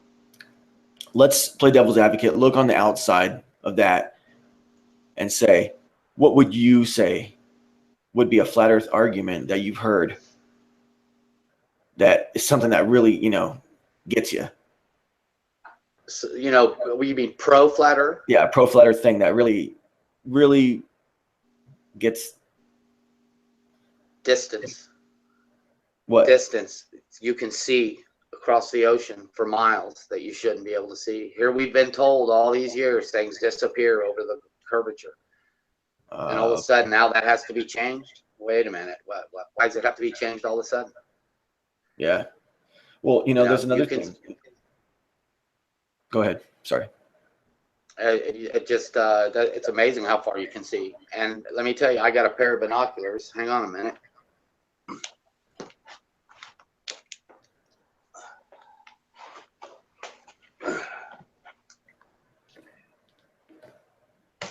Can you see these binoculars right here? Yeah. Okay, these are huge, man. These will really bring things in. I took these to Florida with me. And dude, I was seeing way beyond 3-4 miles. Way out there, farther than we should be able to see. There's no doubt. They are wrong about a ship going over the horizon and you losing sight of it. That's wrong. That's one thing that's really stood out for me right there. And of course, my recent star discovery. I mean, what about land footage? As far as sight? Yeah. Bridges, railroad tracks, all that. Yeah. I mean, I'm at a crossroads. I'm in a real conundrum of my own logic, you know. Thing is, on one side, I argue that even now the dog cam footage is kind of unsubstantiated or disqualified in some kind of way. Yeah. Because it's only showing a partial image, you know. It's not showing the entire Earth. But Tim was showing you that dog cam footage on your Hangout and everything. I think it was you. And am I correct? Tim was showing that footage? Yeah. And right there in front of Tim's face was that big sun hot spot. So you're looking at no curvature, or he's trying to say this is only a partial, but you're ignoring the elephant in the room. The sunspot was right there. Now, is the sunspot an elephant in the room because of the fact that you can see the entirety of it, and for the entirety of the sunspot, it's consistently a flat plane? No, the elephant in the room is the sunspot should be equally all over that whole distance instead of one spot. It shouldn't be. It's spotlighting. It shouldn't do that. If it's 93 million miles away, Earth should be the spotlight. End of discussion right there. It should never spotlight anywhere. Yeah. I guess I was taking it to another gray area where under the speculation of the idea that, okay, the Earth is round, and even if the sun is closer than they say it is, and it's giving you a hot spot, which obviously shouldn't exist if it's 93 million miles away. Right. But if it's giving you that and it's close, it's still a flat sunspot. It's not a sunspot that's arching away into the distance over a curve. Right. You know, but the thing is, though, is that you're still only getting a partial image. So it's kind of tough. It could be kind of tough, you know? Right. And I mean, I've listened to Tim, and Tim ain't stupid, man. He's a smart guy. He brings a lot to the table. I mean, as far as I think what has happened is Tim's looked at it, and heliocentric model. He's if he claims he's done these tests on his own and all that, and that's fine if he, you know, if obviously he can back up on a lot of what he says, but you can't cancel out everything we've just talked about as far as distance that we just talked about across the ocean, the hot spot. You know, I mean, these things. That's why I'm still here. That's why I'm still questioning. You can't cancel these things out. The photographer in the spaceman's shield when they're you know, what's going on here? What, you just can't cancel it all out. That's why I don't go away. That's why I still study these things out. It's there. These things have to be answered for me to just say, okay, it's fucking round, spinning, and all that. I'm just not going to do that. I mean, there's so many possibilities, man. But remember, Tim's only argument is in the sky. That's it. That's all he does is the sky, right? Yeah, pretty much. From everything I've seen. I mean, you know, that's it. Yeah, he can't do the ground. He knows that the whole boat's over the horizon and all that crap is all out the window because there's plenty of footage. We got the salt flats. We got these things, you know, that are just basically impossibilities unless it's a flat plane that goes way farther than it should, no matter what the curvature math is. Like the amount of distance that's been documented is flat, but that's from lower levels. And then but that still raises the question, you know, even that footage is only a partial view. And then also the fact that there's this 50-50 thing, this conundrum where both sides are right when both sides agree that relative to where you are on the ground, you're only going to see, you know, general flatness. That's all you're ever going to experience because, you know, you're so low to the ground and all that. So it's like a neutralizer. Both sides kind of get a win out of that in some weird way. Right. But you know, all right, back to the ocean, how far you can see out. I mean, maybe I'm wrong. I don't know, but shouldn't we see curvature from right to left? And we're not getting that dog cam perspective then. We are getting a full view of the ocean for miles to the left, miles to the right. Shouldn't we see some curvature somewhere? I mean, yeah, you know, I mean, these were things that were just popping into my head, you know, when you guys were in that hangout and that dog cam footage was up there. Hey, what about the sunspot? Bring that up. Somebody bring that up. Or, you know, you only can see it. I agree with him there. You only can see a little to the right, little to the left. So you're only going to get that. Unfortunately, we need a panoramic view. Man, if we could get 50% of this, cut the earth right in half and be able to see all the way to the right, all the way to the left, that would answer everything right there. But we can't do that, obviously. So, yeah. but like I said, if you're standing on a beach, you do get that 50%, that panoramic, all the way to the left, all the way to the right, and you get no curvature. Yeah, I mean, if you can get out in the ocean on the East Coast and get out just even a couple miles or even a half a mile, even probably, and if it's a calm day, generally calm day, yeah, you'll really see it. There's no left or right. I mean, people say, "Oh, in front of you, it's going to arch away." Well, what about the left and right? Right. Should be the same thing. And you know, let's say you're looking straight north. Let's say you look to the west, look to the east. There's no curve there. You look to the northwest or to the northeast. You don't see any there. It should be all over the place. The whole thing should be an arc. I remember seeing a video. It's been about a year ago. I saw this video. Some kid, when I say kid, he was probably maybe 16, 17. He took a piece of string and he stretched it from a bridge, and it was a good distance. He stretched it, and he leveled that camera right with that string on the horizon, and he, you know, made it perfectly level, and he panned that string the whole way right with the horizon, the whole distance left, the whole distance right. And the ocean was perfect with that string the whole way, all the way. I don't know if you've seen that video or not. It was perfect. It's a flat earther? Well, he was trying to prove it at the time. So I don't know. I haven't seen that in forever. It's pretty neat. What's that? What video is that? I don't know, it was some kid that did it on a YouTube video, and I said, damn, what, you should see the ocean fall away to the left and fall away to the right, and the string stays straight, but it doesn't.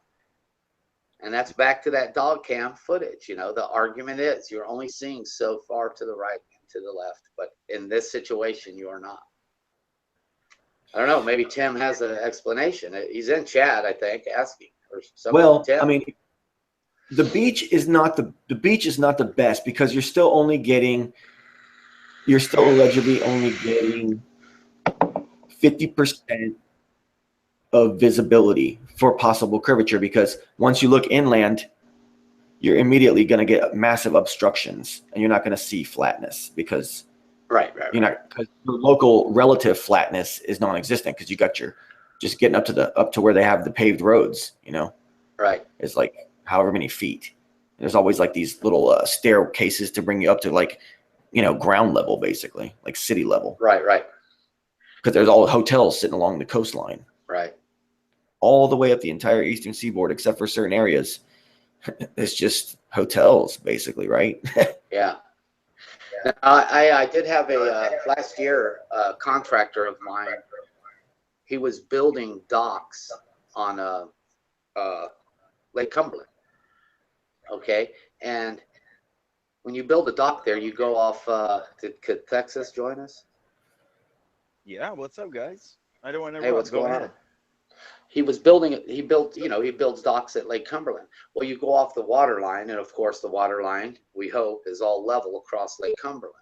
Okay, so he stuck his transit on one dock and shot it across the distance. I think the distance was 6.5 miles. And he measured 12 inches from top of dock down the water, and the other dock hit the same 12 inches top of dock down the water. And he didn't have to, I asked him to do this over the phone, okay? He didn't know what I was shooting for here. He asked me, why the fuck am I doing this? And I could just do it, you know. But it was level, okay? And it shouldn't have been. It should have been lower than the other one. But it was level. Well, yeah, we find that a lot. Hey, VB, I'm thanks sorry? for the invite. I was just going to say, Hey, we find these anomalies way too much when you start looking for the stuff, you know? Yeah. But yeah, VB, thanks for the invite. Appreciate it. It's a great show. Hey, yeah. Really good interview so far. Oh, geez. We've been going about 2 hours and 10 minutes so far. Mm-hmm. What's going on, Cathexis? Not much, man. Just really enjoyed the show, and he wanted me to come on, and I guess we can have a nice little chat. Really good work with your all your footage that you put up, Daylight. I've been watching. I mean, you've been around about the same time I have, probably about 1.5 2 years, I would say. At this point, I saw you around early on with Dan Pratt's videos and whatnot. So. Right on. So yeah. Yeah, I've been enjoying the scientist or science versus scientism, man. I think I'm on like 6 or 7 right now, something like that. Oh, nice. Appreciate that. Yeah, nobody's really talking about that issue. I mean, it's kind of mentioned, you know, here and there, but I think that's like the biggest thing that we're up against is people are confusing this dogmatic religion with what science is. And hey, before we get started, hey, let me thank you, Cathexis, for joining the call, bro. Yeah, man, definitely. And since you have joined, I'm now going to take this opportunity to step out for a few minutes. I know he's fucking going to smoke. Yeah, You no know problem, man. You know how it is. All right, so I'll be back shortly, guys. Thank you. Yeah, man, I listened to the Jaron interview, your guys' show the other day. Oh, nice. Yeah.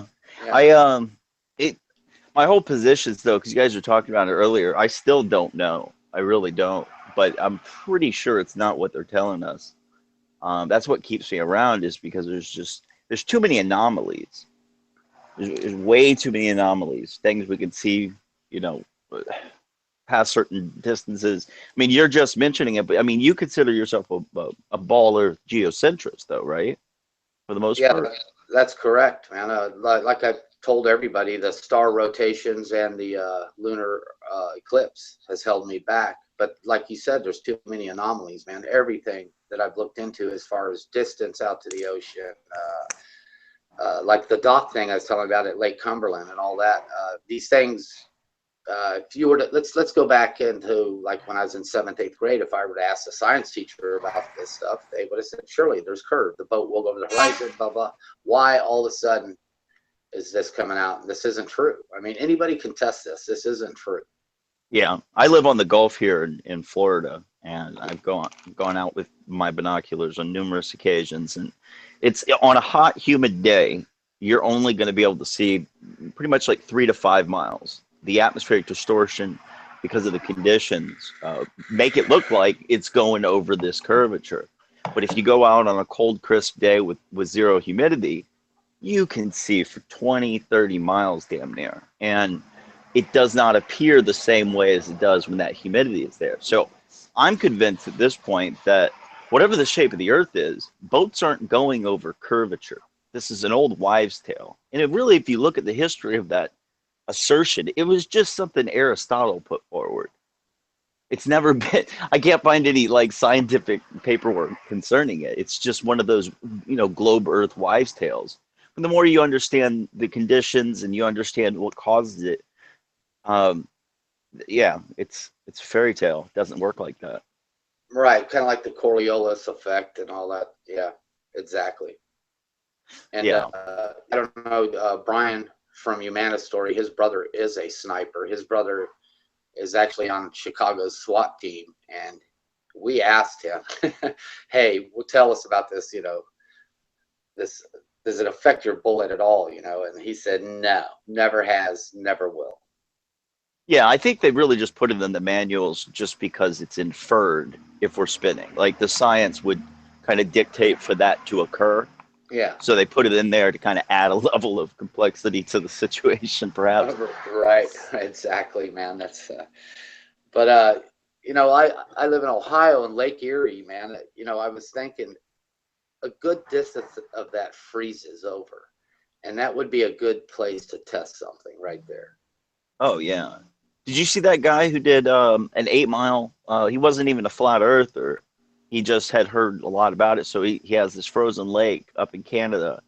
And he went and took a laser, very like huge, like a foot long laser, and then attached it to a telescope so that he was able to reduce beam divergence by the way he focused the telescope. And he put it up at 14 inches on, like a crate, and then got in the snowmobile and went 7.8 miles out. And when he got there, you could see the laser at 14 inches on the snow up against the bank. So the guy was like, "Look, I've been looking into this for a year and a half. I haven't talked about it at all. I haven't said anything, but this is ridiculous. What the hell is going on? I can't hold back anymore." So what was his conclusion? Explain that to me now. Well, there was no curvature, none whatsoever, Okay. over 7.2 miles over the frozen lake. Okay, all right. So you said 14 inches. So what did he do now? Explain that to me, how they set this up exactly. So he took one of these very powerful lasers, attached it to a telescope, so the beam divergence was minimized. He, focused it up a certain way. Okay. And then, yeah. So when he was out at the other position, he had his camera, and you could see it was only like diverging about a foot or two, as opposed to, it would have been like 10, 15 feet if it wasn't set up that way. But you could see the laser. They were communicating with flashlights too. And the flashlights are just 3 feet off the ground. You can see it was supposed to be at least 26 feet of obstruction going on there, but right. it just wasn't there. It was straight and level the whole way across. That's too cool. Is this video still up? Yeah. I gotta find that. And he's not a flat earther. Well, he wasn't, but he's leaning that way now. That's cool. But yeah, he had been looking into it for the past year and a half, and the guy's a mechanical engineer, and he's always doing stuff with motors and that's all his channel's about. And then he just busted this out, and he's got like 40,000 subs, and everybody was freaking out. It's actually pretty hilarious. Wow. Cool. Yeah, send that to me if you would.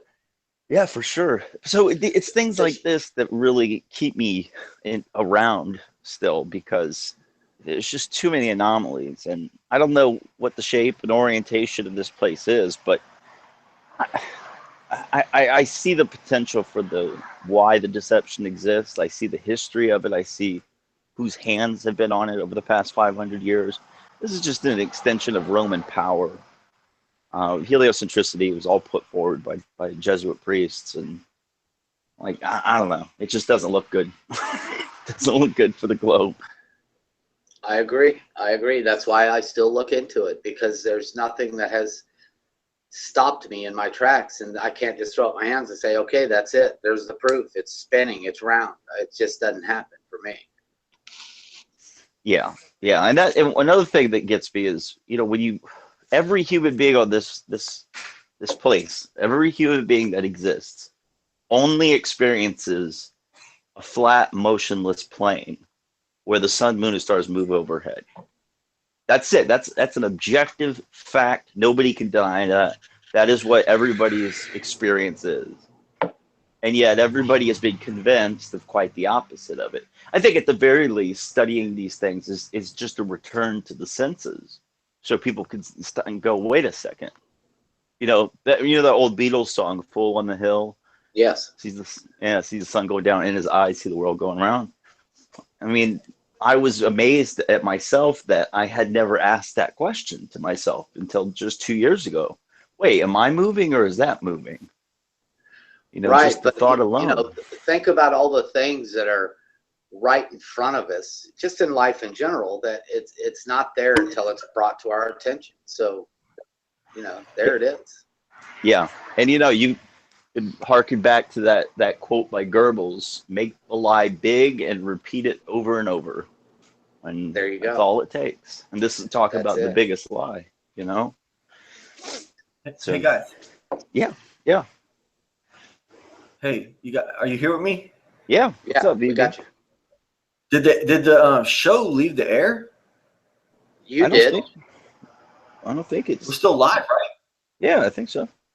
Oh, can you guys hear us in the chat? I hope so. I don't know what the hell just happened. I just came in and it was all bloop, and I'm like, what? I just rejoined and you guys are just talking. Whew. It takes it's 5 minutes before it shuts down if your window crashed.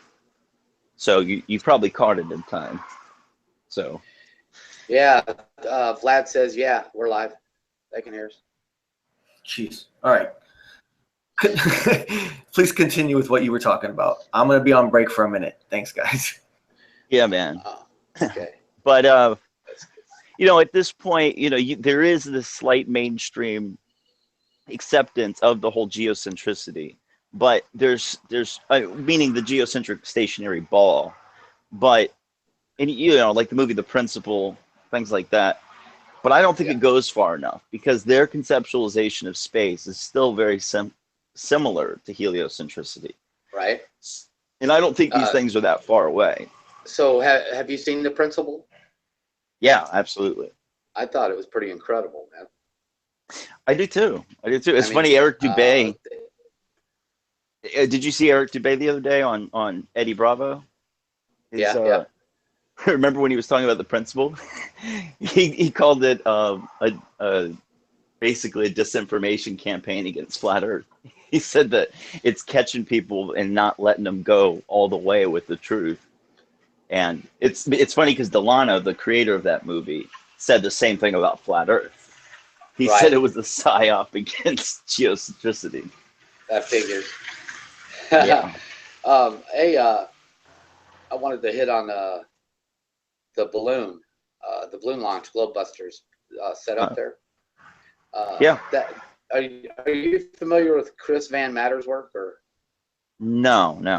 Name sounds familiar though. He's the one that helped them launch that balloon. And a lot of people were saying, it's bullshit. They didn't launch it and all this. Well, me and Chris have always talked amongst each other way before this balloon launch or anything. And me and him, he definitely launched the balloon, man. I mean, Chris is. He's a small channel like me, but he has a lot of knowledge in balloon. Yeah, they just didn't put another redundant tracker on it. I mean, I watched them launch it, but when they launched it, the key thing that shocked me was they were like, "Hey, the transponder's not working," and then they said, "Oh, it has to get up into the air about 60 feet before it will turn on," which Right. was true. It was true, but still, that wasn't that was enough for me to go, "Hey, wait a second, you guys should maybe put a phone in there or something." Right. And then they lost it after, I think it was like 30,000 feet they got to. And then, Yeah, live and learn, man. Hopefully, they are launching another one, aren't they? yeah, actually, they got a lot of things in the works. Well, I told Chris, and Chris knows this. I said, Chris, you can follow that the whole time with your scope until, oh, he could follow that for miles and miles. Yeah, that's true. Yeah, he could follow that with if they just put some kind of little light on there, he could follow that. And if it's not working or something goes wrong, at least they know which way it's headed, or Yeah, yeah. And I think that, whatever the truth is at the end of the day concerning these topics, I think this is such a worthwhile venture because it's got people going out and testing the world around them. You got just normal folks with normal jobs going out and learning some pretty advanced topics to see if it's right or not. And, I people who like assert that this is kind of a psyop, or it's absolute nonsense, because a psyop wouldn't right. make people smarter. Everybody's going out and trying to learn doing tests and sending up balloons. It's Right. great. Yeah, and then the word or the name Shills getting thrown around like fucking crazy, man. And let me tell you, I will tell you guys right now, I'm telling everybody on YouTube, I knew a professional shill. And what this guy did was, I owned a bar here, and I lived real close to an Air Force base. And this guy would come in, or he came in, and he would hang out at my bar and stay at the hotel next door. Well, what this guy's job was is they were trying to build a nuclear power plant on the Ohio River near West Virginia. And what he did was he joined the anti-nuclear power movement, and he picketed with them, and he got in good with them, and he all of a sudden put this into their heads. He's like, hey, we need to at least make them install these protective I can't remember what exactly they were, but they would, some kind of very expensive unit that would protect it if everything melted down or whatever. So he got everyone to finally agree they got to at least install that. Well, all along they were going to install it anyways, but he steered it that way. And what I was trying to get across to people in Flat Earth is, you're not going to see a professional shill until you are close. And when I say close, something like an Antarctica journey or North Pole, he'd be implanted in there then. That's when you'll see a shill. Yeah, that makes a lot of sense. I mean, the word shill has done more damage than any shill could have ever hoped to have caused. Right. Just even if I think I'm even using the word shill wrong. I'm just going off what everyone thinks a shill is. There you go. Oh, yeah. I know what you mean, agent, shill. Everybody's conflating the terms or whatnot. But I mean, just the notion itself. I mean, people who are down at this level of research, they're usually conspiracy-minded individuals who, don't really trust too much of what we're being told on anything. And, but they're prime victims to respond to the word shill in a negative way. And Jaron's right when he says that word has done more damage than any shill could have ever hoped to do. So, right. So yeah, but we're gonna get to the truth, whatever it is, at the end of the day. I hope, because yeah, it's drove me nuts. I mean, just looking, I've had a hell of a time doing it. Fun, I've learned a hell of a lot. I think we all have. Yeah, that's why I don't find this like, even if it is a globe at the end of the day, this has still been one of the most valuable experiences I've ever had in the past 2 years. Yeah, I think with everybody. Yeah, absolutely. So, I've read more books in the past 2 years than I had in the prior 10. I've learned more about what I thought I knew. Like, I was shocked that, because I was science oriented and I cared about space and everything, and I didn't know the speeds And that was something that, you know, I didn't know, like some of the mechanisms and some of the way heliocentricity works. So, I mean, a flat earther knows the heliocentric universe typically more than even like a normie, if I could put it that way. Right, right. Yeah, so there's tremendous value in this pursuit, and it just pisses me off when I see people like ridiculing or trying to dissuade others from looking into it, because it's an invaluable process. I mean, I do have, and no, take no offense, BB, but I do have a problem with dogma. If now I know your definition is, you know, a little different, BB, and I respect your position because it is one of conviction. But when a person just follows a dogma without knowing why it's, you know, what the dogma is saying, there are people who take one belief system of heliocentricity, see something that looks good or interesting, and then just will switch over and just believe that. And I think that that's not a good thing. And I don't think you're endorsing that, VB, in any way, shape, or form. But you do see this, though. There are a lot of flat earthers who don't know why they're flat earthers. You know what I mean? Like, they can't explain fully, you know, the problems that they see with the heliocentric system or whatever. So I am against dogma in that regard. I think we just all need to recognize what belief systems we have, because they have, the thing is about a person who believes that the globe is real, they have to believe it's a globe. They don't know it's a globe. They believe it's a globe because, like I said earlier, all they've ever experienced is this flat and motionless situation. So that's been my interest, is belief versus knowledge, and trying to, you know, point this out with every individual.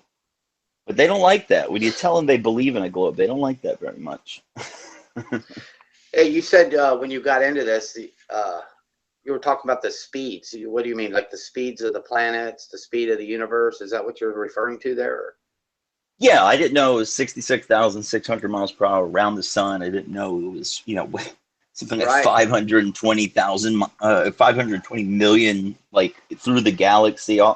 Just all these nonsensical speeds that have to be there for their mathematics to work, through their explanation. Yeah, like you know, I had no idea that we corkscrewed through this universe like that. I did not know that.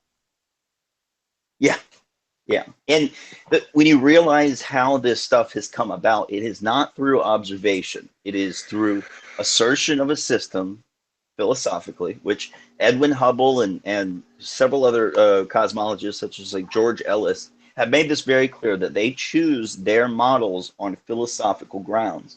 So heliocentricity, there's that quote from Ellis where he says, I can construct you a geocentric or heliocentric system, and you could not disprove either of them based off of observations alone. We choose our models off of the philosophical basis. So this has been an intention for the past 500 years to perpetuate this heliocentric model. Because of that, they've had to do all these mental acrobatics with mathematics in order to come up with all of the only way it can work. And that's why we have all these speeds and motions and whatnot.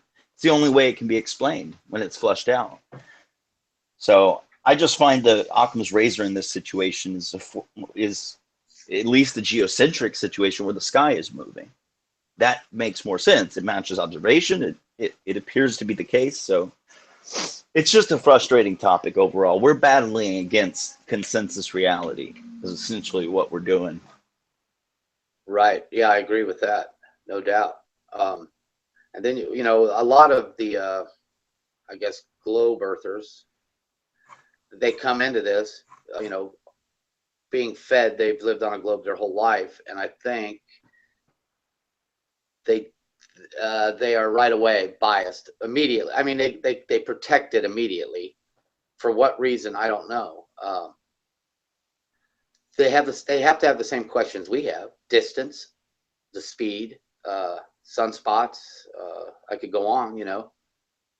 And why don't they stop and say, "Wait a minute, it's worth looking into. What is it?" That's why I think it's much deeper. That's why I use the word belief system, and I think it is it is a dogma in itself. They give us the globe and these ideas before we have the critical faculties in order to question it. From aged 4 until 12, we're inundated with these ideas. So by the time we get into 8th, 9th grade, they give us some earth science class, and everybody already has this foregone conclusion that we know absolutely 100% that it's a globe. So nobody's even asking the questions that would put, heliocentric model in question. So I think it's a brilliant way of mind controlling us. And you look at who was really instituting free education to the populations back in the early 1900s.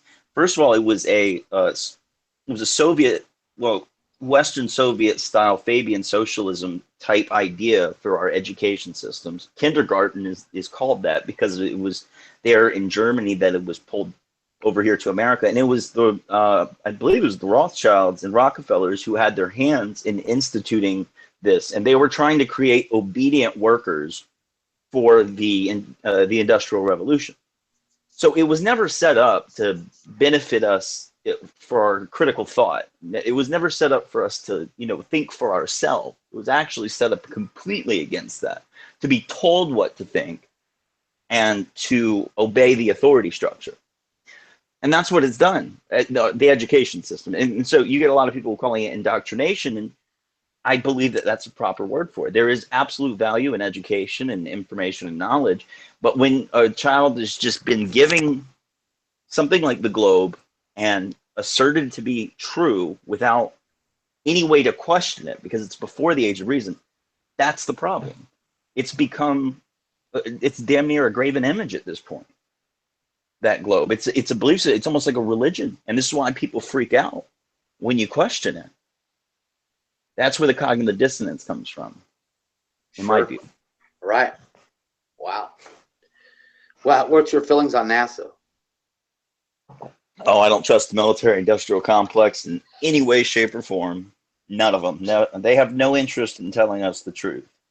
My dad was Navy for 22 years, and I lived on military bases growing up, and I know a good amount about the military, and I know some military history. Like, I knew about Gulf of Tonkin back in 1997, before 9/11 happened. So when 9/11 happened, I was like, oh, here we go.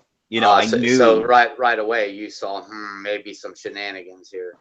Oh yeah, absolutely. Because I live here in Florida. You had Bush's brother get him into office, so there was big contention around that. It was only 8 months afterwards that this ended up happening. So honestly, I didn't trust it from the beginning, and my intuitions were correct. But what I'm saying is that, like, the whole military industrial complex, they have no intention of telling the public the truth of any matter. Knowledge is a weapon to them. It is a way of controlling populations and other populations. So let's say back in 48, when they went up there and they looked around with like a rocket or whatever technology to get up high, and they realized it wasn't a globe. Do you think they would come back and tell us? No, they would. No, they would go and get 22 Nazis and an avowed Satanist named Jack Parsons to lie to everybody in a magnificent way. Okay, it's just crazy. Let's say Operation Fishbowl, and let's say they discovered, hey, we're not getting out of here, or we're trying to get out of here. Do you think they're still pushing that far still? Hey, let's see how. I mean, we still got to get the money in. We still got to do this. Let's take them to the moon. Let's take them to Mars. And they're still trying to get out, or do you think it's just for the money? I think I think it fuels black ops programs, and I think that there is a ceiling. If you take the moon landings off the table, no human being has been higher than 280 miles by their own accounts. Like, those are the records. I mean, of course, the moon landing, they try to say that, that happened. But so it doesn't appear that anybody can go higher than 280. And I think it might even be lower. And those are just exaggerations, because it was with the shuttle programs and whatnot. Right. So I think it's a barrier. I think it's a ceiling. Energetic, however you want to put it, could be liquid hydrogen or H3 for all we fucking know. But I don't think that they can get past it. So I think they're just funneling all the money to a superficial sci-fi bullshit, public face of it, where everybody, because if you keep people looking to the stars, and you could see that there was a positive side to this lie. And you can go back and watch it now. It's all about inspiration. It's all about inspiring the children to be engineers, to be pilots, and so through the space race, you had this being cultivated where it created this huge influx of people who were going into these advanced topics of engineering and wanting to be pilots. And so there is a positive side to it. I can see them trying to justify their behavior, like, oh, we're just trying to inspire everybody, whatever. So I think that it's multifaceted why they would do something like this, but I think it's likely that there's more land. I think they're hiding land.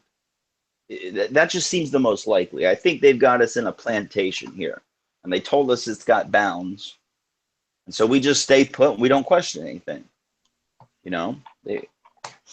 So right. It's so you don't think the ISS is all right? Do you think? I mean, I just want your opinion on this. Do you think there is an ISS? Something's up there, or yeah, you think something's there's up no? there. Do you think? Do you think they are in low Earth orbit, floating around in that tin can up there? No, I don't think there's humans on that. I think it's something that they have up there. Because if you extrapolate the speeds and distances, now it gets into some crazier shit. If apparently you can triangulate it, with two other people and try to get a height and a distance, but they say it's moving 17,500 miles per hour. It's been up there for 17 years, right, with not a single issue, except they claim one little micrometeorite hit it like 6 years ago or whatever. But yeah. No human has died. They've always had successful connections it just looks like a whole production. So whatever that is up there, I don't know. But I don't think there's humans on it. I think that they have advanced technology. That's what I was getting at. I was wondering, do you think there's humans up there on that, what we see in these videos? No, not that. But I do think that they have like electromagnetic technologies that we're not privy to. The military is 20 to 40 years ahead of civilization, usually, like the public civilization. And I mean, honestly, the internet was created in 1973. TCP/IP protocols was in 73. They had fiber optic lines in 84. They were doing this like when we got the internet, they knew damn well what it was going to become, and now it's the most powerful tracking system that's ever been created. But that aside, I think it's likely they have electromagnetic energetic like technologies.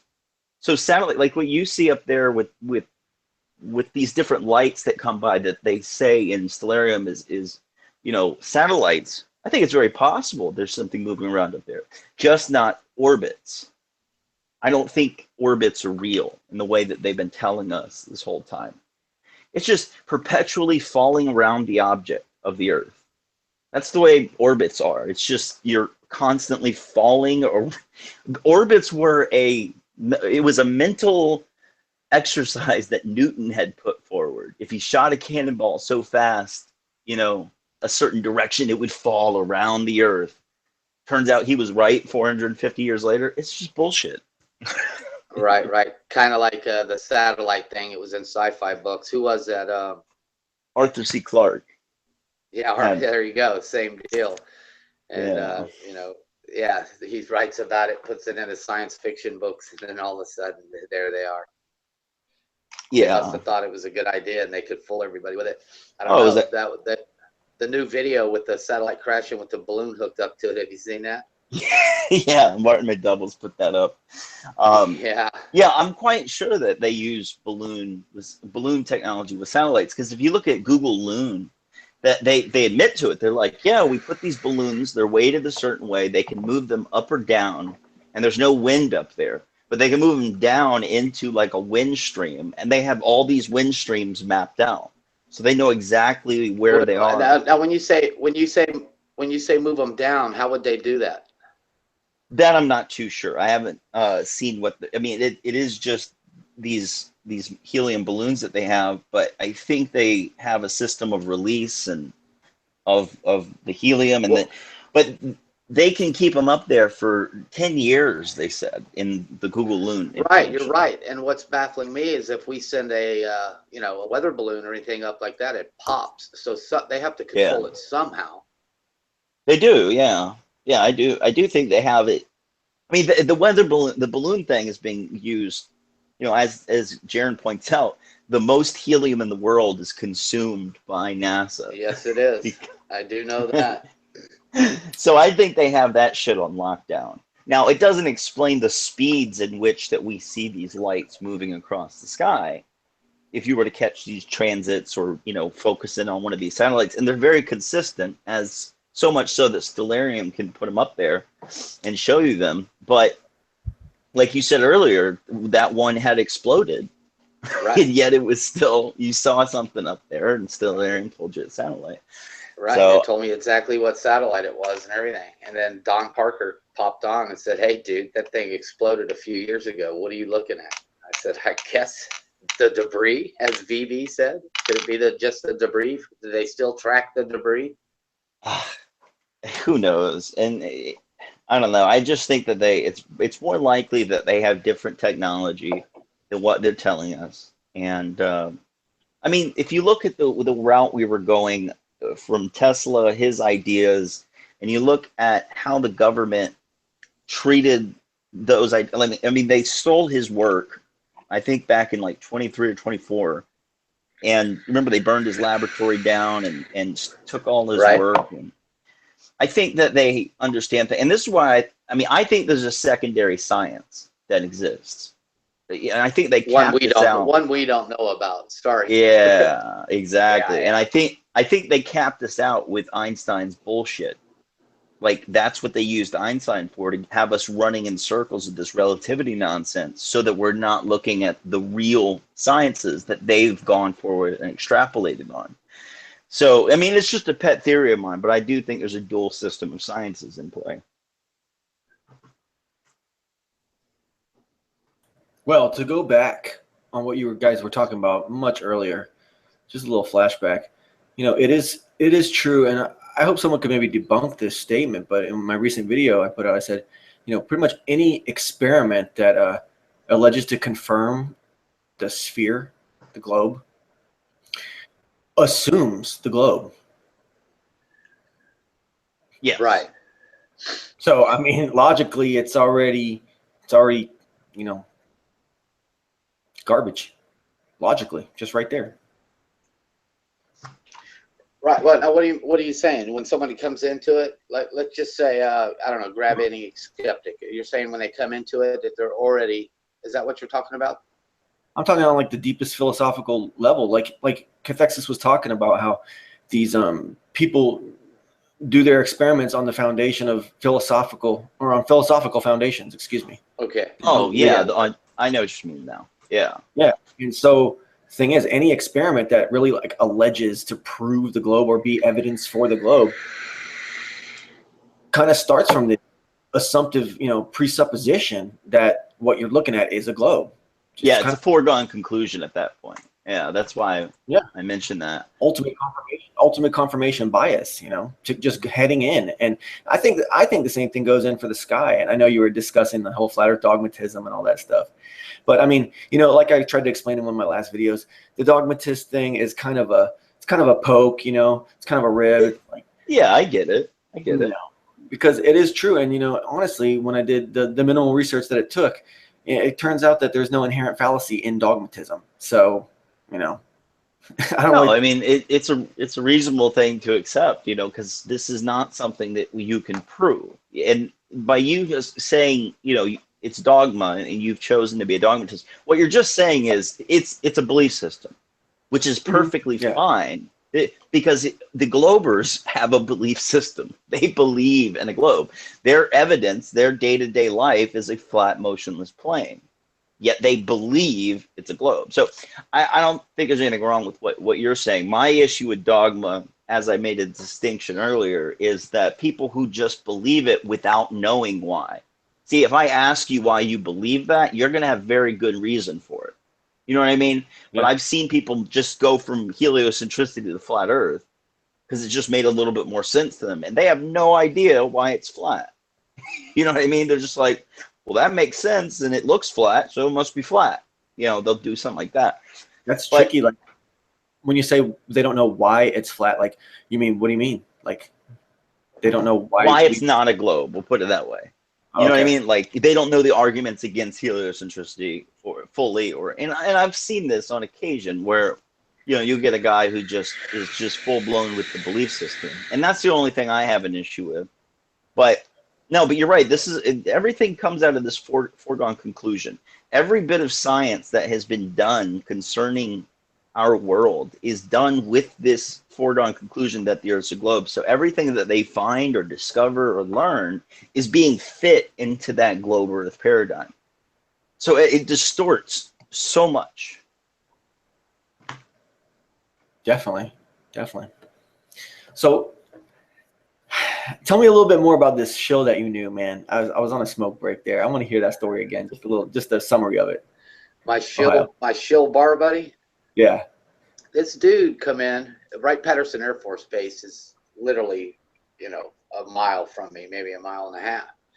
And anybody that comes there comes over to the hotel, which is right next door to the bar I owned. Okay, and you know, we got out of towners all the time from the base. Well, this dude come over, and he was, you know, I figured he was stationed here. Well, we got to know him. His name was Calvin. Okay. He came in, and I mean, this dude was buying us rounds, and, you know, and I'd set him up for being such a good customer and take care of him. The girls poured him heavy, and, you know, he tipped real well. Well, he became one of the guys. And like, if we had an after bar party, he'd come with us. He was just one of our friends all of a sudden. And I never really asked him what he did. So, you know, a year or so goes by, and I go, dude, you know, what do you do? And he would never tell us. Well, he was getting ready to, you know, bug out, leave. And, he finally told us, man, there was a nuclear power plant being built down on the Ohio River.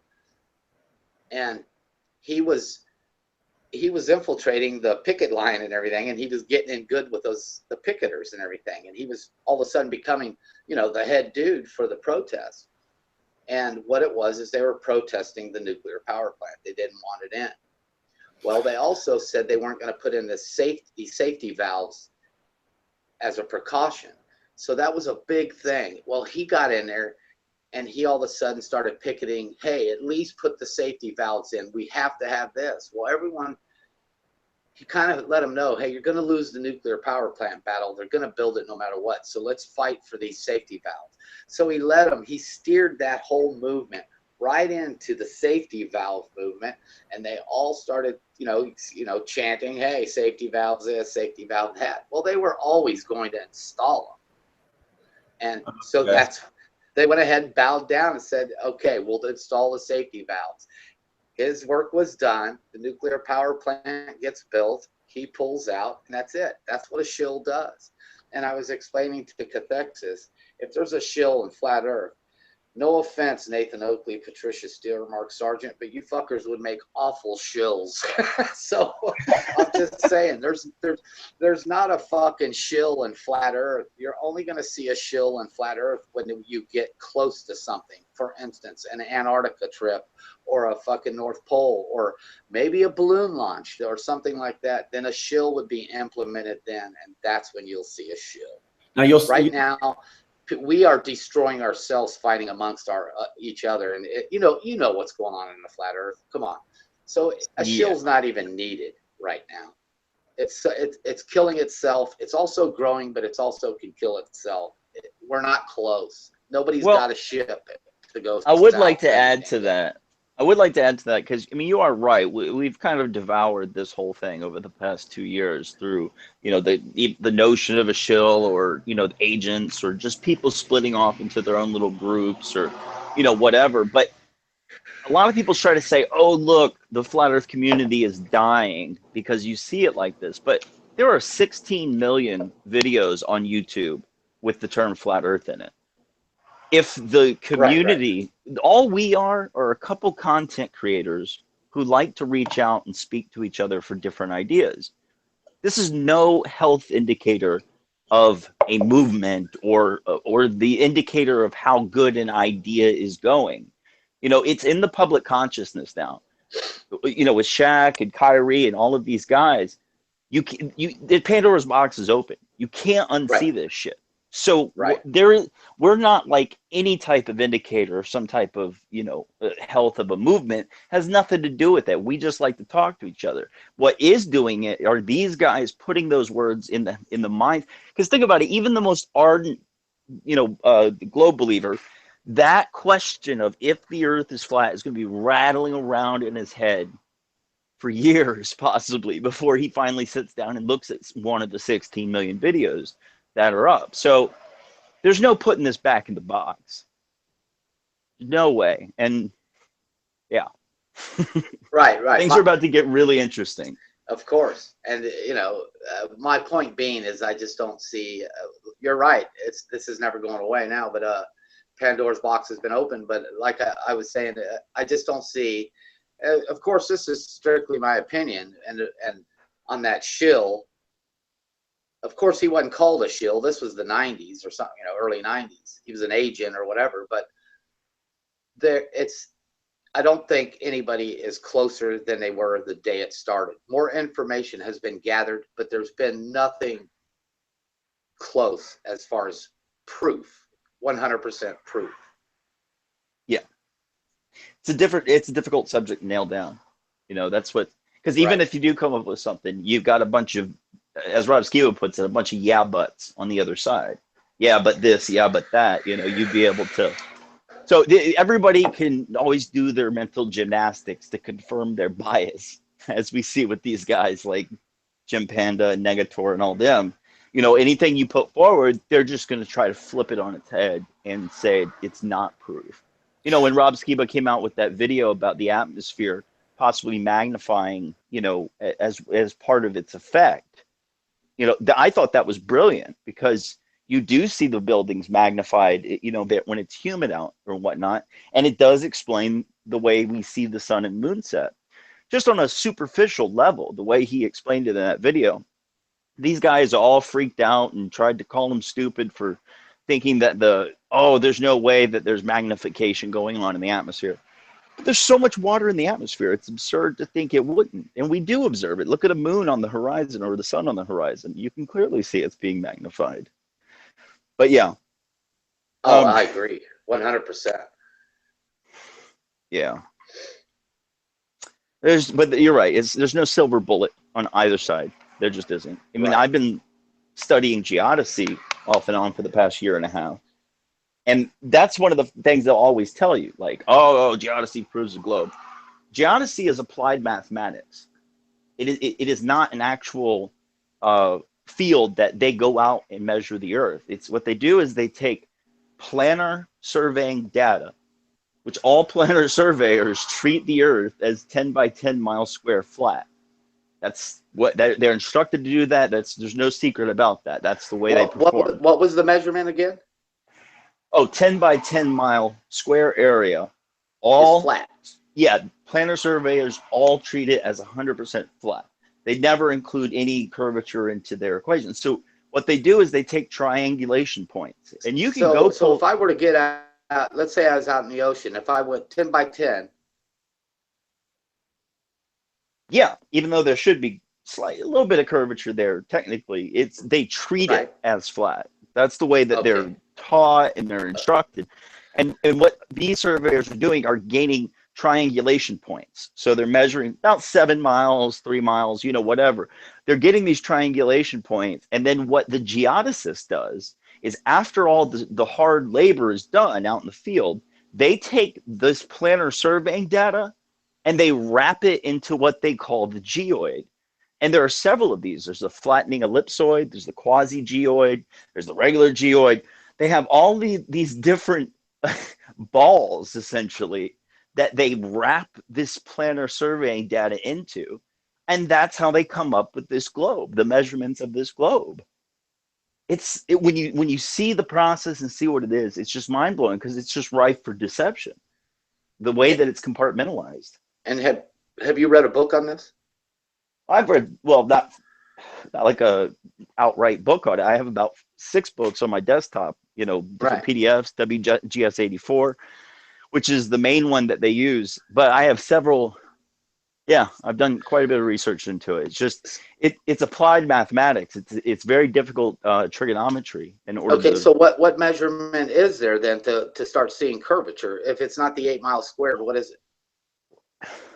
Well, it is 8 inches per mile squared That, up until the quarter of the ball. Like the further you go out, the more inaccurate it becomes. And that's it. I right. can't find anything else on it. Okay, so I guess what Cathexis, what I'm getting at is here, if a layman, regular me, you, wanted to go out and detect the curvature, we can't do it. Basically. Basically. And you'll hear guys say, oh, all you need is geodetic surveying equipment. Just go out and you can do this and do that. Well, there's a guy named Jesse Kozlowski who is a geodetic surveyor. He works for, I think he's up there in Ohio where you live. And he has a blog where he goes through and he shows his measurements. He's trying to show the Earth's a globe. And so he measured a 1.2 mile long lake. And he has all the measurements there. But it's funny, if you look in the equations that these geodetic surveyors use, the radius of the Earth is like included into it.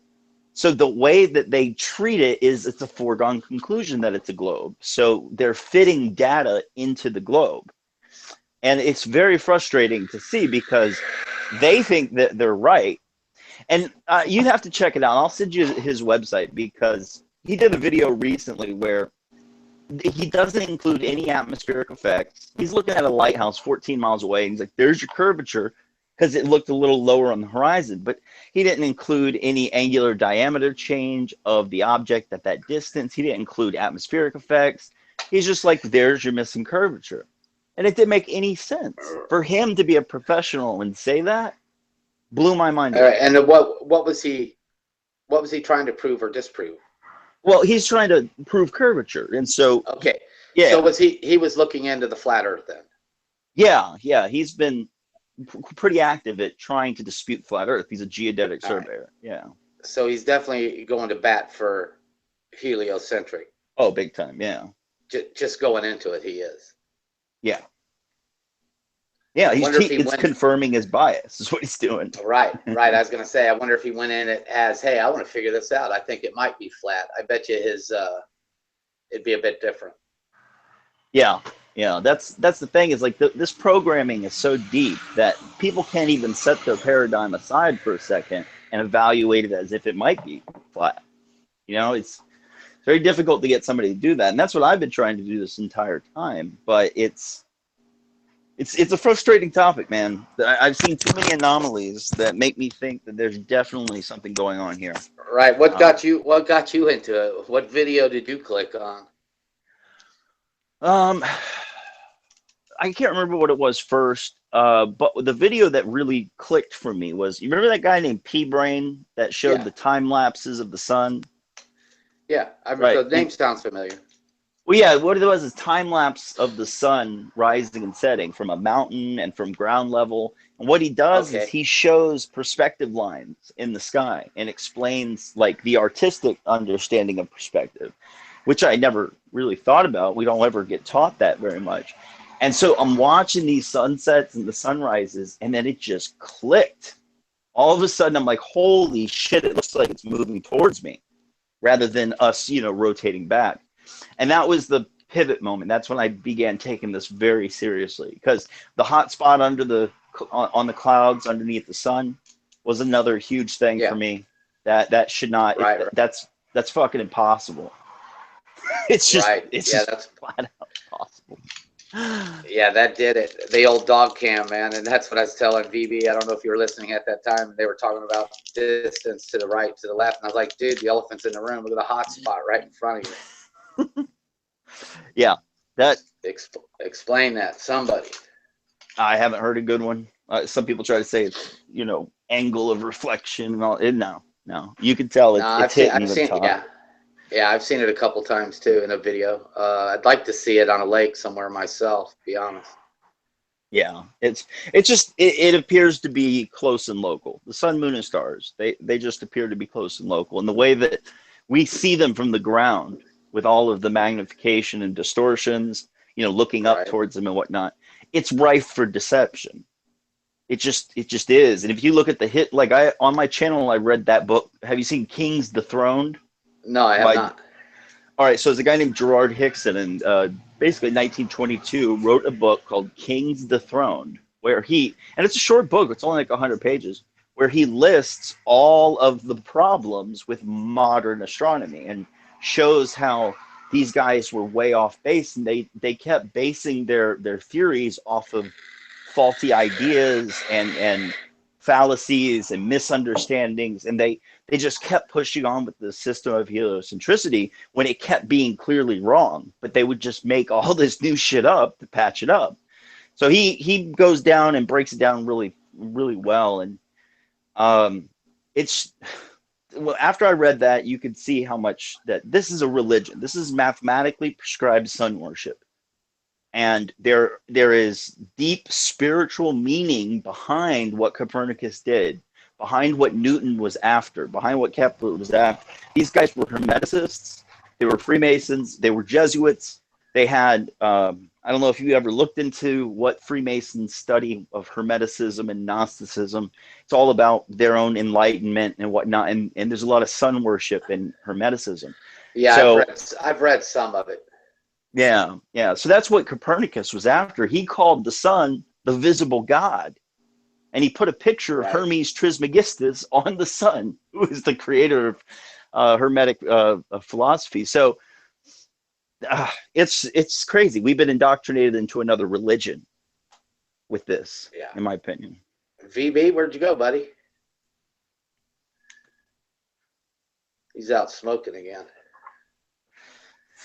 But yeah, the history of it has been my focus recently, just looking at the type of individuals, Copernicus or even Francis Bacon, and what his roles were in this and the creation of the scientific method. And it's nothing but a bunch of Freemasons and Rosicrucians who worship the sun with these mystery Babylon religions who have created, the modern science. Like the scientific method is named that because of the Hermetic method.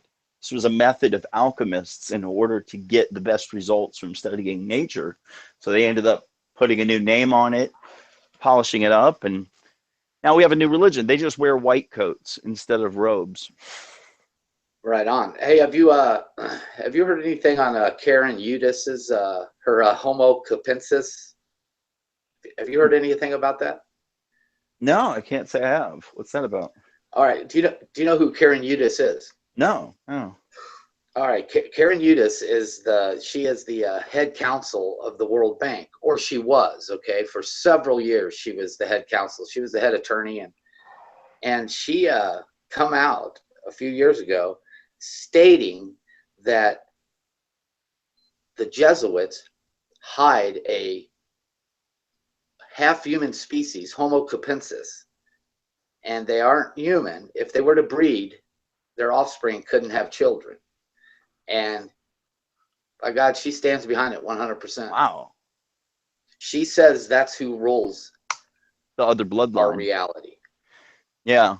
I mean, it makes sense. Trust me, it does. Yeah, and the reason I bring this to your attention, is because Karen Eudis isn't some dumbass off the street, man. If you're legal counsel of the World Bank, you've got some clout. You're not crazy. And this woman, she come out with that, man, and it just blew my mind. I was like, wow. I presented it to my girlfriend. She goes, oh my God, she's nuts. I go, but she's not.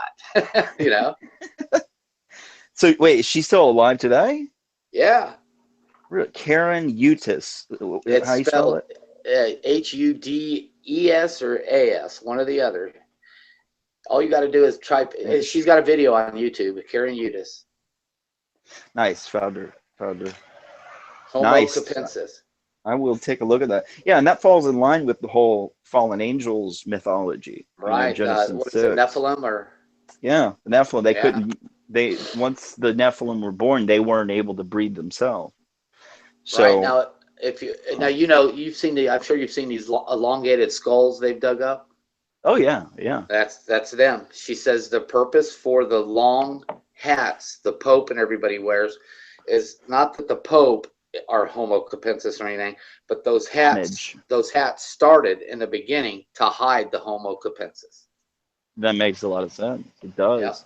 And there is a brilliance to these deceptions. And, you find a lot of people who are just, they have an argument from incredulity where they're like, there's no way anybody could come up with such an insanely complex deception as, let's say, if the earth were actually flat and, they sold us this globe. People just, they can't think that a human being could think of doing something like that. Where Right. that's where I lean towards what you just mentioned as being a possibility. Because let's just pretend it is flat and that there are other lands that we have not been told about. Right? That to me, if it were flat, that's what makes the most sense. I think there's a ceiling above us, but that doesn't mean we got any walls. Like a lot of people when they hear dome or whatever, they're thinking walls. Well, I'm pretty sure there's a ceiling, but I think there's far more land that they're hiding from us that are at different levels of technology and understanding and all of this. And we could have just been taken over by one of these groups from another land, came over here and made a new plantation, essentially. Cathexis. Right. So if there's no walls, ceiling, let's say there is other lands, will they have the same ceiling? Oh, yeah. Yeah. That's one thing. I think there's a barrier above us, but definitely no walls. It's definitely more land. I'm saying if I go along with it fully, that's what makes the most sense for me. Hey, Cathexis. Yeah, brother. You heard of this? Well, what do you think about infinite plane? Oh, what we were just talking about? Well, yeah, there's a guy out there, Infinite Plane Society or something like that. Oh, dude, the dude's amazing. I freaking love that guy. I've known him for about a month now. I've talked to him quite a bit privately because I've been studying the Gnostic perspective, which is his perspective on religion and control systems in Rome and whatnot. Yeah, that's what I've been looking into. People were accusing him of being me or something like that. Yeah. I don't know. They said that he sounded like a very well-spoken validation boy, which I thought was messed up because you're pretty well-spoken. Yeah, that's what Tim tried to say. And the funny thing, here's the best part about Infinite Plane Society. He just came out about 4 or 5 months ago, and he wasn't involved in the drama that surrounded Flat Earth. He just, figured it out and decided to make his own channel. Well, he also wrote a book called The Flat Earth, not Advocate. What are they called? Anyways, he wrote a book called The Flat Earth Advocate, and he chose the pen name of Tim Osman because he would always hear about this guy named Tim Osman constantly trolling everyone. So he goes, well, fine. Well, if this guy's trolling everybody, I'm going to troll him and write a Flat Earth book in his name. So sure enough, if you Google Tim Osman Flat Earth, you get his book on Amazon. Wow. Talk about brilliant. So yeah, I agree with a lot he says. He's pretty controversial. He pulls no punches, especially with the religious crowd. That is what it is, but I'll take information from anybody, Agree. The best one about Tim Osman is that, it's an anagram, I guess, for what? MIT Mason. That it is. Right? It's funny. Or is that something Jeff Stewart said or something? I don't know. But yeah, I think that guy's pretty legit. Who's that? He has Infinite Plane Society. Yeah. Yeah, you should check him out. Like I say, he's pretty controversial, especially to the Christian worldview, and it is what it is. But I can take information from anybody. I've heard rumblings that he's some kind of big disinfo agent or something like that from a lot of skeptics and critics, and I didn't experience any of that because I was hanging out in a live stream chat in an undisclosed location, and a participant in that chat mentioned to me that IPS made a video about me. I was like, what are you talking about? Who's that? And they said Infinite Plane Society. Went and checked it out, and he had a video with my name, and then he played a portion of it, of my video, to show people that it wasn't the same person. So I wrote a comment and I was like, hey, you know, good video and all this stuff.